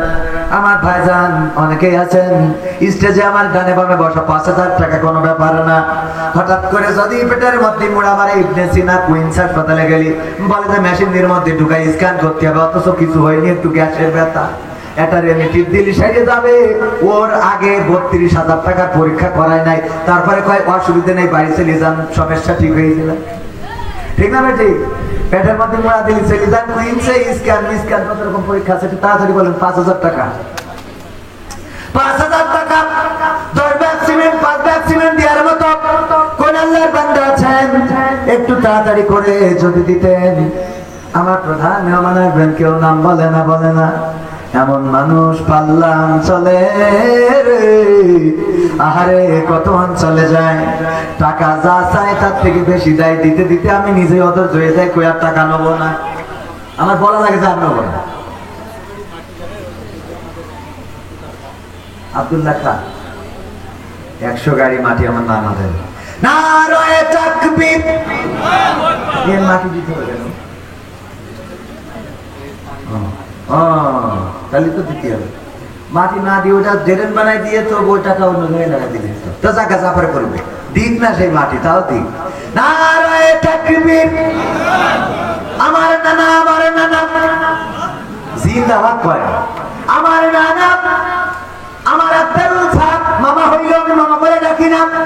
আমাদের স্যারের বাবা আমার আব্দুল্লাহ খান নানা 100 গাড়ি মাটি দিবেন এই মাদ্রাসা ভরাটের জন্য, পানি জমে যায়। আল্লাহ তুমি দানকে কবুল করে নাও, এই দানের ওসিলায় আমার নানার পিতা মাতার কবর জান্নাতের বাগান বানাও। আল্লাহ যারা বেঁচে আছেন খায়াত দান করে দাও। আল্লাহ এই দানের ওসিলায় পরকালে পুলসিরাতটা সহজ করে দিও, আমলনামাটা ডান হাতে দিও। আল্লাহ তুমি দয়া করে জান্নাতের এক কোণে জায়গা করে দিও। বলেন আমিন। তারপরে কোন আল্লাহর বান্দা আছেন অতি তাড়াতাড়ি আমাদের মেহমান আসবেন, উনি গভীর রাত পর্যন্ত ওয়াজ করেন না। আমার উস্তাদ আমি বড্ড ভয় পাই, একটু তাড়াতাড়ি করে আমার প্রাক্তন ছাত্র যারা 5,000 টাকা, আমার 5,000 টাকার পার্টি, কারা পার্টি 5,000 টাকা?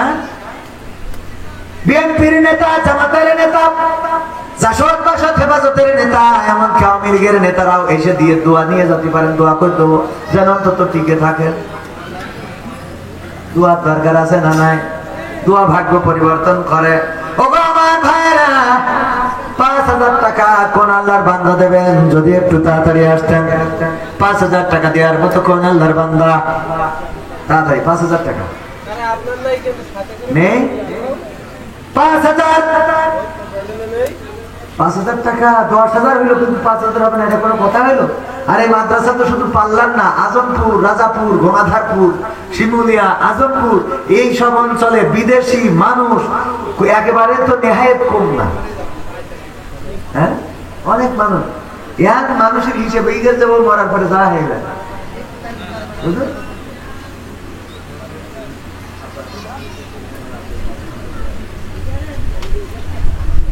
মাশাআল্লাহ, নারায়ে তাকবীর। যারা দেয় তারাই যাচ্ছে।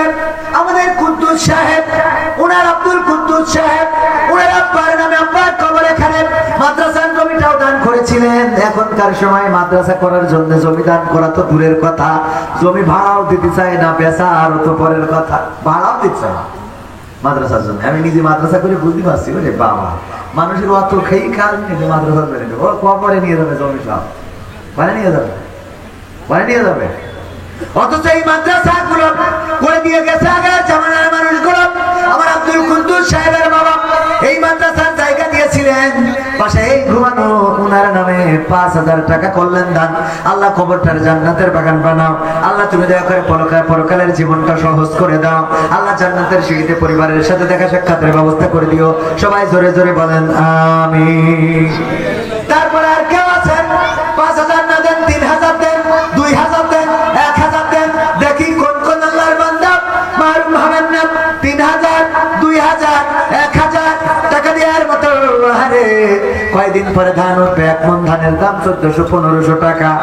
কেউ চাইলে ধানও লিখে দিতে পারেন, 1 মণ ধান, 2 মণ ধান। আগের সময় দেখতাম টাকা চাইলে মানুষেরা ধান দিত, পাট দিত, মুরগি দিত, টাকা দিত, ইট দিত, রড দিত, সিমেন্ট দিত, বালু দিত। হানেপালির মেয়ে পিতা আব্বা মারা গেছে এবং 2 সন্তানের নামে 1500 টাকা দান করলো। আল্লাহ বাবার কবরটারে জান্নাতের বাগান বানাও। 2টা সন্তান কলিজার টুকরাকে মানুষের মতো মানুষ বানিয়ে দাও। আল্লাহ এই দানের ওসিলায় তুমি তার মনের নেক মাকসাদ পুরা করে দাও, বলেন আমিন। আমিন। হ্যাঁ, মাশাআল্লাহ, নারায়ে তাকবীর। আমার গঙ্গাধারপুরের কামাল ভাই 5 ভাগ সিমেন্ট করলেন, দেন আল্লাহ বাড়িয়ে দাও, সম্মান দেখায়া দিয়ে দাও। তোমার নবীর ঘরের জন্য যে সিমেন্ট দিল আল্লাহ, পরকালে সেই রাসূলের শাফায়াত তুমি তার নসিবে দিয়ে দিও, বলেন আমিন। তাদের আপনজনদেরকে কবুল করে নাও। তারপরে বলেন 4 ভাগ দেবে কেন কইছে? হয় 5 ভাগ দেবে না 10 ভাগ দেবে, তো 4 ভাগে এটা আবার কিরাম হিসেবে। আচ্ছা, তার একটা হিসেবে আছে, মাইনে নিলাম। নারায়ে তাকবীর। মুফাজ্জল ভাই, তাই তো মুফাজ্জল, আমার মুফাজ্জল ভাই 4 ভাগ সিমেন্ট দিবেন। আল্লাহ দানকে কবুল করে নাও, নেখায়াত দান করে দাও, মনের নেক মাকসাদ পুরা করে দাও, আপনজনদের কবুল করে নাও। আল্লাহ দিনদার ইমানদার বানিয়ে দাও যারা বেঁচে আছে। আল্লাহ তুমি পরকালের জীবনটা সহজ করে দাও, বলেন আমিন। তারপরে কোন আল্লাহর বান্দা আছেন সিমেন্ট দিবেন, ইট দিবেন, রড দিবেন, বালু দিবেন? রড তেমন লাগবে না, বালু লাগবে, সিমেন্ট লাগবে, ইট লাগবে, কুয়া লাগবে, পিকেট লাগবে, টাকা লাগবে। আমার মা বোনেরা নাম লিখিয়ে দিতে পারেন গো, একটু তাড়াতাড়ি করে যদি দিতেন আমি দোয়া করে দিতাম। আমার ভাইয়েরা, আমার কিশোরেরা, তরুণেরা, যুবকেরা, তোমাদের গদখালি যাওয়ার টাকা হয়, ফোনের এমবি কেনার টাকা হয়, তারপরে ওয়াইফাই এর বিল দেওয়ার টাকা হয়, তারপরে তোমার কি হয়? নারায়ে তাকবীর। পাল্লা গ্রামের আইয়ুব হোসেন পিতা মাতার জন্য দোয়াছে, 1,000 টাকা দিল, দান করলো, দান। আল্লাহ বাড়িয়ে দাও সম্মান, পিতা মাতার কবর জান্নাতের বাগান বানাও। আল্লাহ তুমি তাকে দিনদার ইমানদার বানায়া দাও। আল্লাহ তুমি দয়া করে তার দানের ওসিলায় দুনিয়ায় যারা বেঁচে আছে নেক হায়াত দান করে দাও। সবাই জোরে জোরে বলেন আমিন। তারপরে আমার হুজুর উস্তাদ চিফ আব্দুল ওয়াহেদ সাহেব উনার স্ত্রী 500 টাকা নগদ করলেন দান, এবং আব্দুল ওয়াহেদ সাহেব 1 মণ ধান দিবেন। আল্লাহ দানকে কবুল করো। মামুন গঙ্গাধারপুর 5000 টাকা নারায়ে থাকবে। মামুন গঙ্গাধারপুর 5000 টাকা। আল্লাহ দানকে কবুল করে না, খেয়াল দাও, মনের স্বপ্ন পুরা করো, আপনজনদের কবুল করে নাও। আমার হুজুর দিয়েছেন 1 মণ ধান এবং স্ত্রী দিয়েছেন 500 টাকা। আল্লাহ কবুল করে নাও। ওয়াসাল আলী মেম্বার মাশাআল্লাহ, উনি তো শক্তিশালী মেম্বার। তো শুধু 5 ব্যাগ সিমেন্ট কিন্তু powerful. Wasal Ali member 5 bag cement 5000 টাকা দিলি ভালো হতো। নারায়ে তাকবীর। ডাক্তার রবিকুর রবিউল ইসলাম আমার চাচা বড় ছেলে চিরজনমের মতো বিদায় নিয়ে চলে গেল। হারে আমাদের বড় ভাই ছিল এই মাদ্রাসার ছাত্র, কবর দেশের বাসিন্দা হয়ে গেছে। পিতার কাঁধে সন্তানের লাশ, কত যে কষ্টের। সেই কষ্টটা উনি করেছেন। স্ত্রী অসুস্থ, আল্লাহ তুমি দয়া করে স্ত্রীকে সুস্থতা দান করে দাও, বলেন আমিন। আর কলিজার টুকরা সন্তানের কবর ঠারে জান্নাতের বাগান বানাইয়া দাও। আল্লাহ 5 ব্যাগ সিমেন্ট, তাই না? 5,000 টাকা রুবেল ডাক্তার 5 বস্তা সিমেন্ট। আল্লাহ দানকে কবুল করো, নেক হায়াত দাও। আল্লাহ মনের নেক মাকসাদ পুরা করে দাও, সন্তানদেরকে কবুল করে নাও। আল্লাহ তুমি দয়া করে যারা দান করছে, দানকারীরও পিতা মাতার সুখে রেখো কবরে, নূরের টুপি পরায় আল্লাহ তুলিও রোজ হাসরে, বলেন আমিন। রাজাপুরের আবু বকর দাদাদাদির নামে 2000 টাকা করলেন দেন আমার আবু বকর সাহেব, ইসলামের প্রথম খলিফা, আল্লাহ নবীর কাছের সাহাবীর নামে নাম। আল্লাহ তুমি দানকে কবুল করে নাও, নেক হায়াত দিয়ে দাও, মনের স্বপ্ন পুরা করে দাও। আজকাল 500 টাকা আল্লাহ দানকে কবুল করো, মনের নেক মাকসাদ পুরা করো। ভাই এবং বাবার জন্য দোয়া চেয়েছে, আল্লাহ তুমি মনের নেক মাকসাদ পুরা করে দাও, আপনজন যারা কবরে ক্ষমা করে দাও। নারায়ে তাকবীর। আব্দুল আলিম খালপা 10,000 টাকা। নারায়ে তাকবীর। আমার আব্দুল আলিম সাহেব উনি অনেক বড় দানশীল ব্যক্তি, 10,000 টাকা একটু বেশি দিলে ভালো হতো। হ্যাঁ আব্দুল আলিম সাহেব আর একটু বেশি না দিলি? জুয়েলের নানি আজমপুর 500 টাকা। আল্লাহ নাতির কবুল করো। নাহিদ পাল্লা 500 টাকা। আল্লাহ দানকে কবুল করো। বিদেশে থাকে, দোয়া চেয়েছে, আল্লাহ মনের নেক মাকসাদ পুরা করো। আমার আব্দুল আলিম সাহেব কই যদি একটু আসতেন স্টেজে। মফিজুর 1 মণ ধান, লিল্লাহি তাকবীর। মফিজুর ভাই মারা গেছে, উনার ছেলে দেবেন 1 মণ ধান। আল্লাহ দানকে কবুল করো। আমার আব্দুল আলিম সাহেব কই, উনি তো ভালো দানবীর, এই লেখায় যে টাকা পয়সা তো কোনো অভাব নেই। আমার আব্দুল আলিম সাহেব কই শোনা? হ্যাঁ আব্দুল আলিম সাহেব কই শোনা? ও আল্লাহ কি সুন্দর চেহারা। আমার হুজুররা বলছিল কি, আল্লাহ চাই সুন্দর চেহারা তো 5,000 টাকায় হয় না, ও মেকআপের টাকাও হয় না। 8-10,000 টাকা আল্লাহ কবুল করুক, আমি দোয়া করে দিই, তারপর যাই খুশি ইনশাআল্লাহ। ইনশাআল্লাহ ইনশাআল্লাহ। নারায়ে তাকবীর, লিল্লাহি তাকবীর। আব্দুল আলিম সাহেব উনি কয় হাজার দিলেন? 20,000 টাকা। নারায়ে তাকবীর। আল্লাহ দানকে কবুল করে, নেক হায়াত দাও, মনের স্বপ্ন পুরা করে দাও। সুন্দর এই মুখের হাসিটা আল্লাহ তুমি জান্নাত পর্যন্ত রেখে দিও, বলেন আমিন। গঙ্গাধারপুর হোসেন আলী সন্তান 5,000 টাকা। নারায়ে তাকবীর। আল্লাহ গঙ্গাধারপুর বাসীকে কবুল করে নাও। গঙ্গাধারপুর রাজাপুর রাজায় পাল্লা রাখো। সাইদুল পাল্লা 2000। আছে। নারায়ে তাকবীর। সাইদুল ভাই পাল্লা 2000 টাকা। হ্যাঁ 5,000 দিদি পেবেন 2000। হ্যাঁ 5,000। হাফিজুর পাল্লা 2 ব্যাগ সিমেন্ট। আল্লাহ কবুল করে না, খায়াত দাও, মনের স্বপ্ন পুরা করে দাও, পঞ্চমদের কবুল করে নাও আল্লাহ। দানকারীর পিতা মাতার সুখে রেখো কবরে, নূরের টুপি পরায় আল্লাহ তুলিও রোজ হাসরে। অনেকেই বলে দিয়ে ধন গোছে মন, কেড়ে নিতে কতক্ষণ, আর আমি বলি আমার আল্লাহ নিয়ে ধন গোছে মন, ফেরত দিতে কতক্ষণ। আমার বাবা মারা গেল, জায়গা জমি বিক্রি হয়ে গেল, মোটর সাইকেলটা ওই শাহজাদপুর ক্যাম্পালারা ধরে কেড়ে নিল। তারপরে সাইকেল একটা ছিল, শরীপুর বাজার মসজিদে নামাজ পড়তে গেলাম, সেটাও চড়ে নিয়ে গেল। আমার মা ঋণগ্রস্ত হয়ে গেল, রোগগ্রস্ত হয়ে গেল, সব দিকের আইলাম রে। যখন আর কোনো উপায় নেই মালয়েশিয়ায় চলে গেলাম। যাওয়ার পরে ওখানে যাওয়ার পরে পুলিশ আবার ধরে নিয়ে 1 বছর জেল মেরে দিল।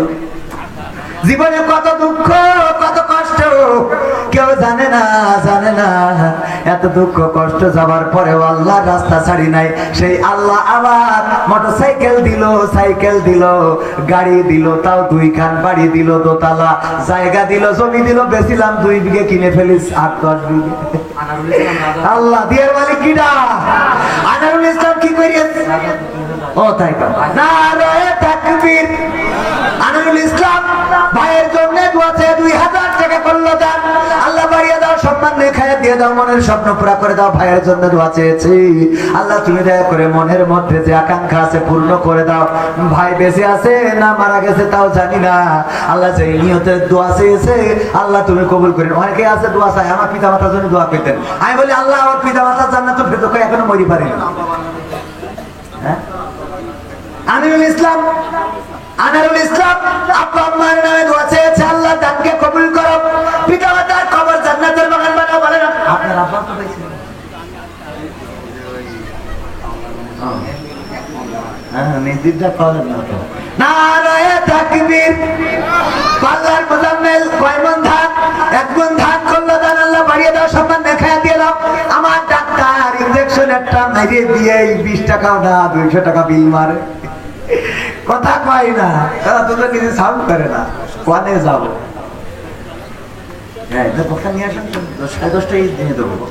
তাড়াতাড়ি এবার একটু প্যাকেট নিয়ে যান ভিতরে,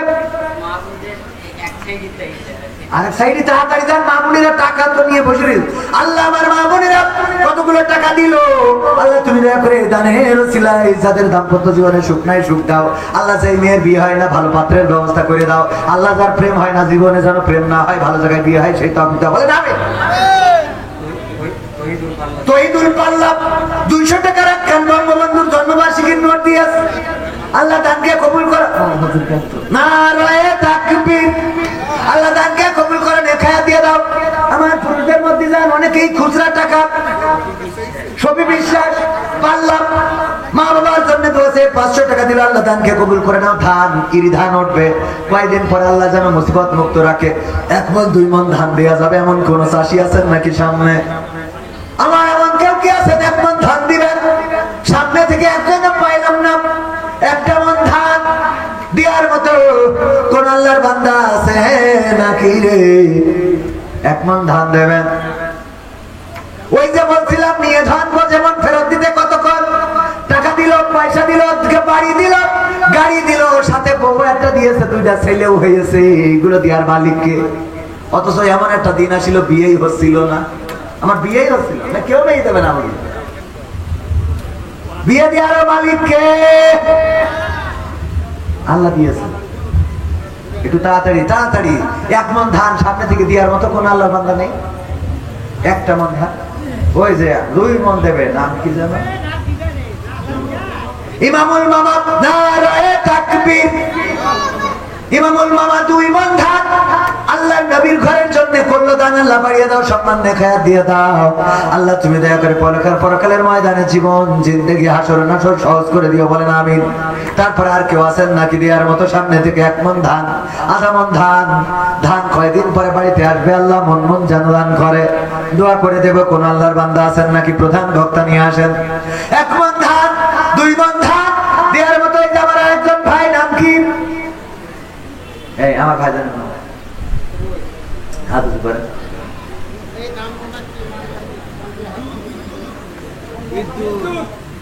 বিদ্যুৎ, কারেন্ট, বিদ্যুৎ নারায়ে তাকবীর। বিদ্যুৎ ভাই, এখন বিদ্যুৎ উন্নয়ন আছে না নাই?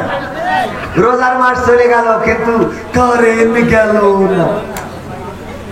বিদ্যুৎ ভাই, এক মন ধান করলেন, দান আল্লাহ বাড়িয়ে দাও, সম্মান দেখায় দাও, বলেন আমিন। তারপর আর কেউ সামনে আছেন, এই পাশ থেকে দুইজন পাইছি, এই পাশ থেকে একজনও কি হবে না?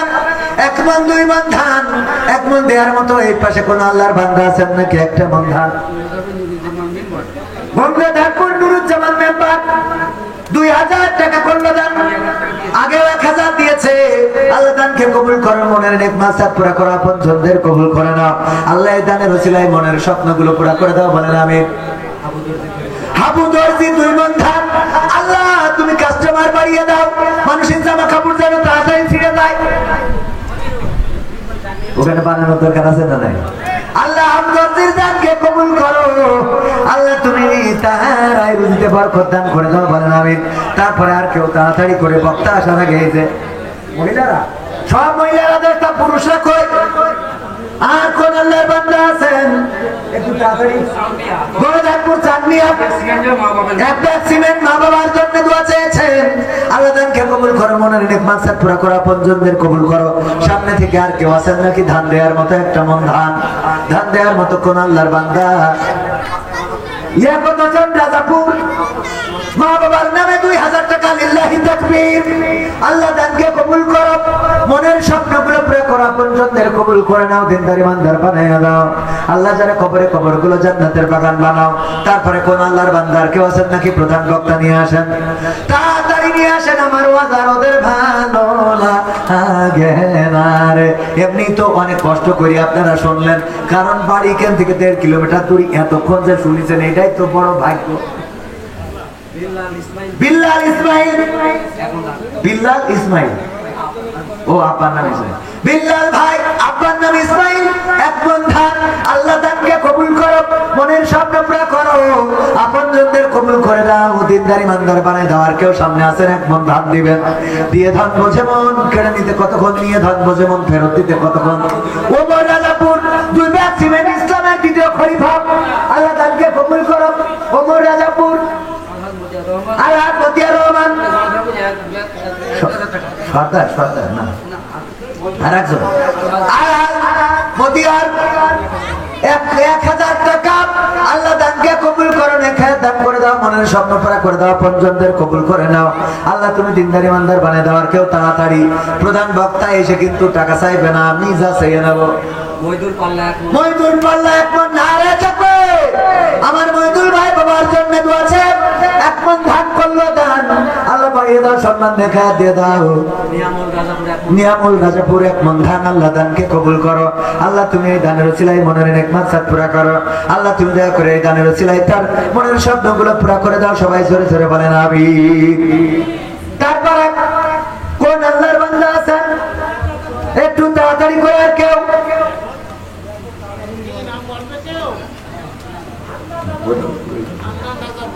হান্নান, আব্দুল হান্নান রাজাপুর, কি করিস? 1 বস্তা সিমেন্ট। আল্লাহ দানকে কবুল করো, নেখায়াত দিয়ে দাও, মনের স্বপ্ন পুরা করো, আপনজনদের কবুল করে নাও, দিনদার ইমানদার বানিয়ে দাও। তারপরে কোন আল্লাহর বান্দা আছেন? আমার প্রাক্তন ছাত্র ভাইয়েরা, আপনারা কেউ এখানে দিয়েন না, আমার মনুল ডাক্তারের কাছে দেবেন, কারণ খবর আছে। তারপরে কই আর কেউ? পাল্লার লতিফের ছেলে করিম, আল্লাহ 1 ব্যাগ সিমেন্ট করলো দান। আব্দুল লতিফের ছেলে আব্দুল করিম 1 ব্যাগ সিমেন্ট দান করলো। আল্লাহ দানকে কবুল করো, মনের নেক মাকসাদ পুরা করো, আপনজনদের কবুল করে নাও। হাত তুলে মা সাদ দেখাতে, শোনাতে তুমি ঘুম পাড়ানির গান। সেই তুমি মা একলা একা কেমনে হলে এতটা পাষাণ। আমি তো কাঁদি দিবানিশি, নাম বলবে না। মেয়ে পরীক্ষা দিয়েছে 200 টাকা। আল্লাহ দানকে কবুল করে না, পরীক্ষায় কামিয়াবি দান করে দাও। প্রধান বক্তা আসছেন, নারায়ে তাকবীর। প্রধান বক্তা আগমন।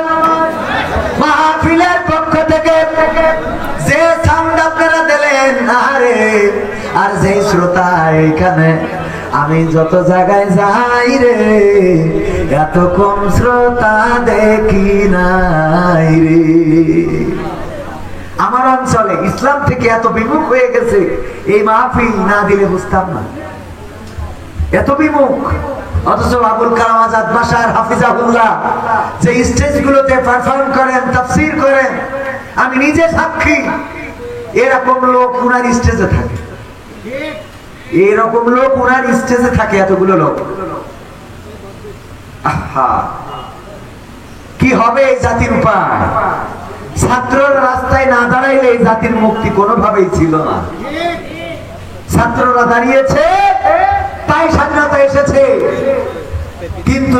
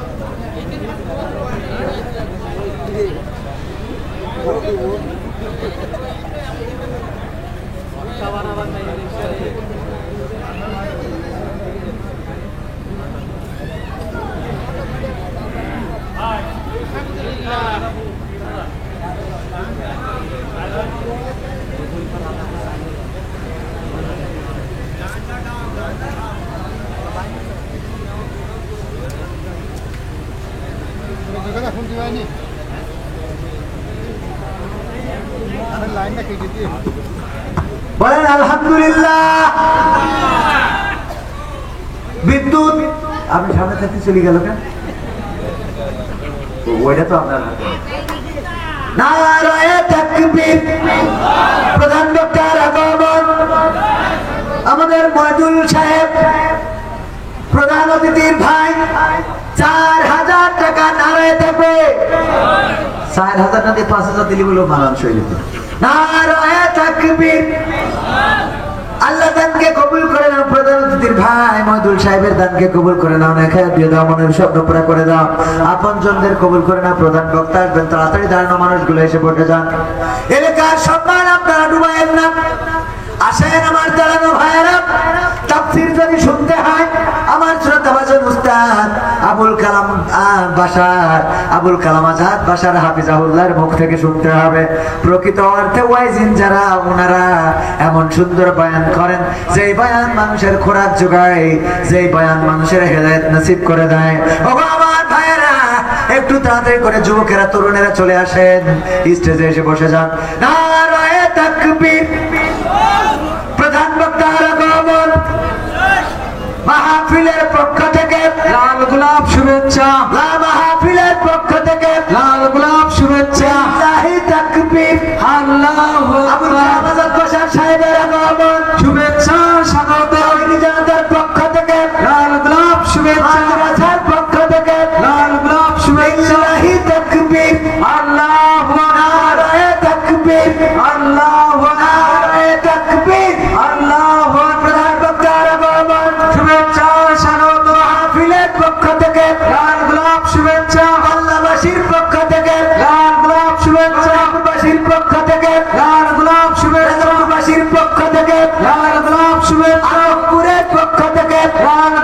শুভেচ্ছা হাবরের পক্ষ থেকে লাল গোলাপ শুভেচ্ছা লাহি তাকবীর আল্লাহু তাকবীর আল্লাহু আকবার মানুষেরা আর একজন দাঁড়িয়ে থেকে যাবে এবার বসেন বসেন সম্মানিত ভাইয়েরা বসে যান আমার দাড়িওয়ালা টুপিওয়ালা পাঞ্জাবিওয়ালা জুব্বাওয়ালা সব বসতে হবে ওয়াজ শোনা সবার জন্য আল্লাহ কোরআনে বলে দিয়েছেন শোনার জন্য মুহতারাম এসেছেন আমি আমার আলোচনা এখানেই শেষ করছি আল্লাহ আমার আলোচনার মধ্যে ভুলগুলো ক্ষমা করুন ভালোগুলো কবুল করুন আগামীতে দেখা হওয়ার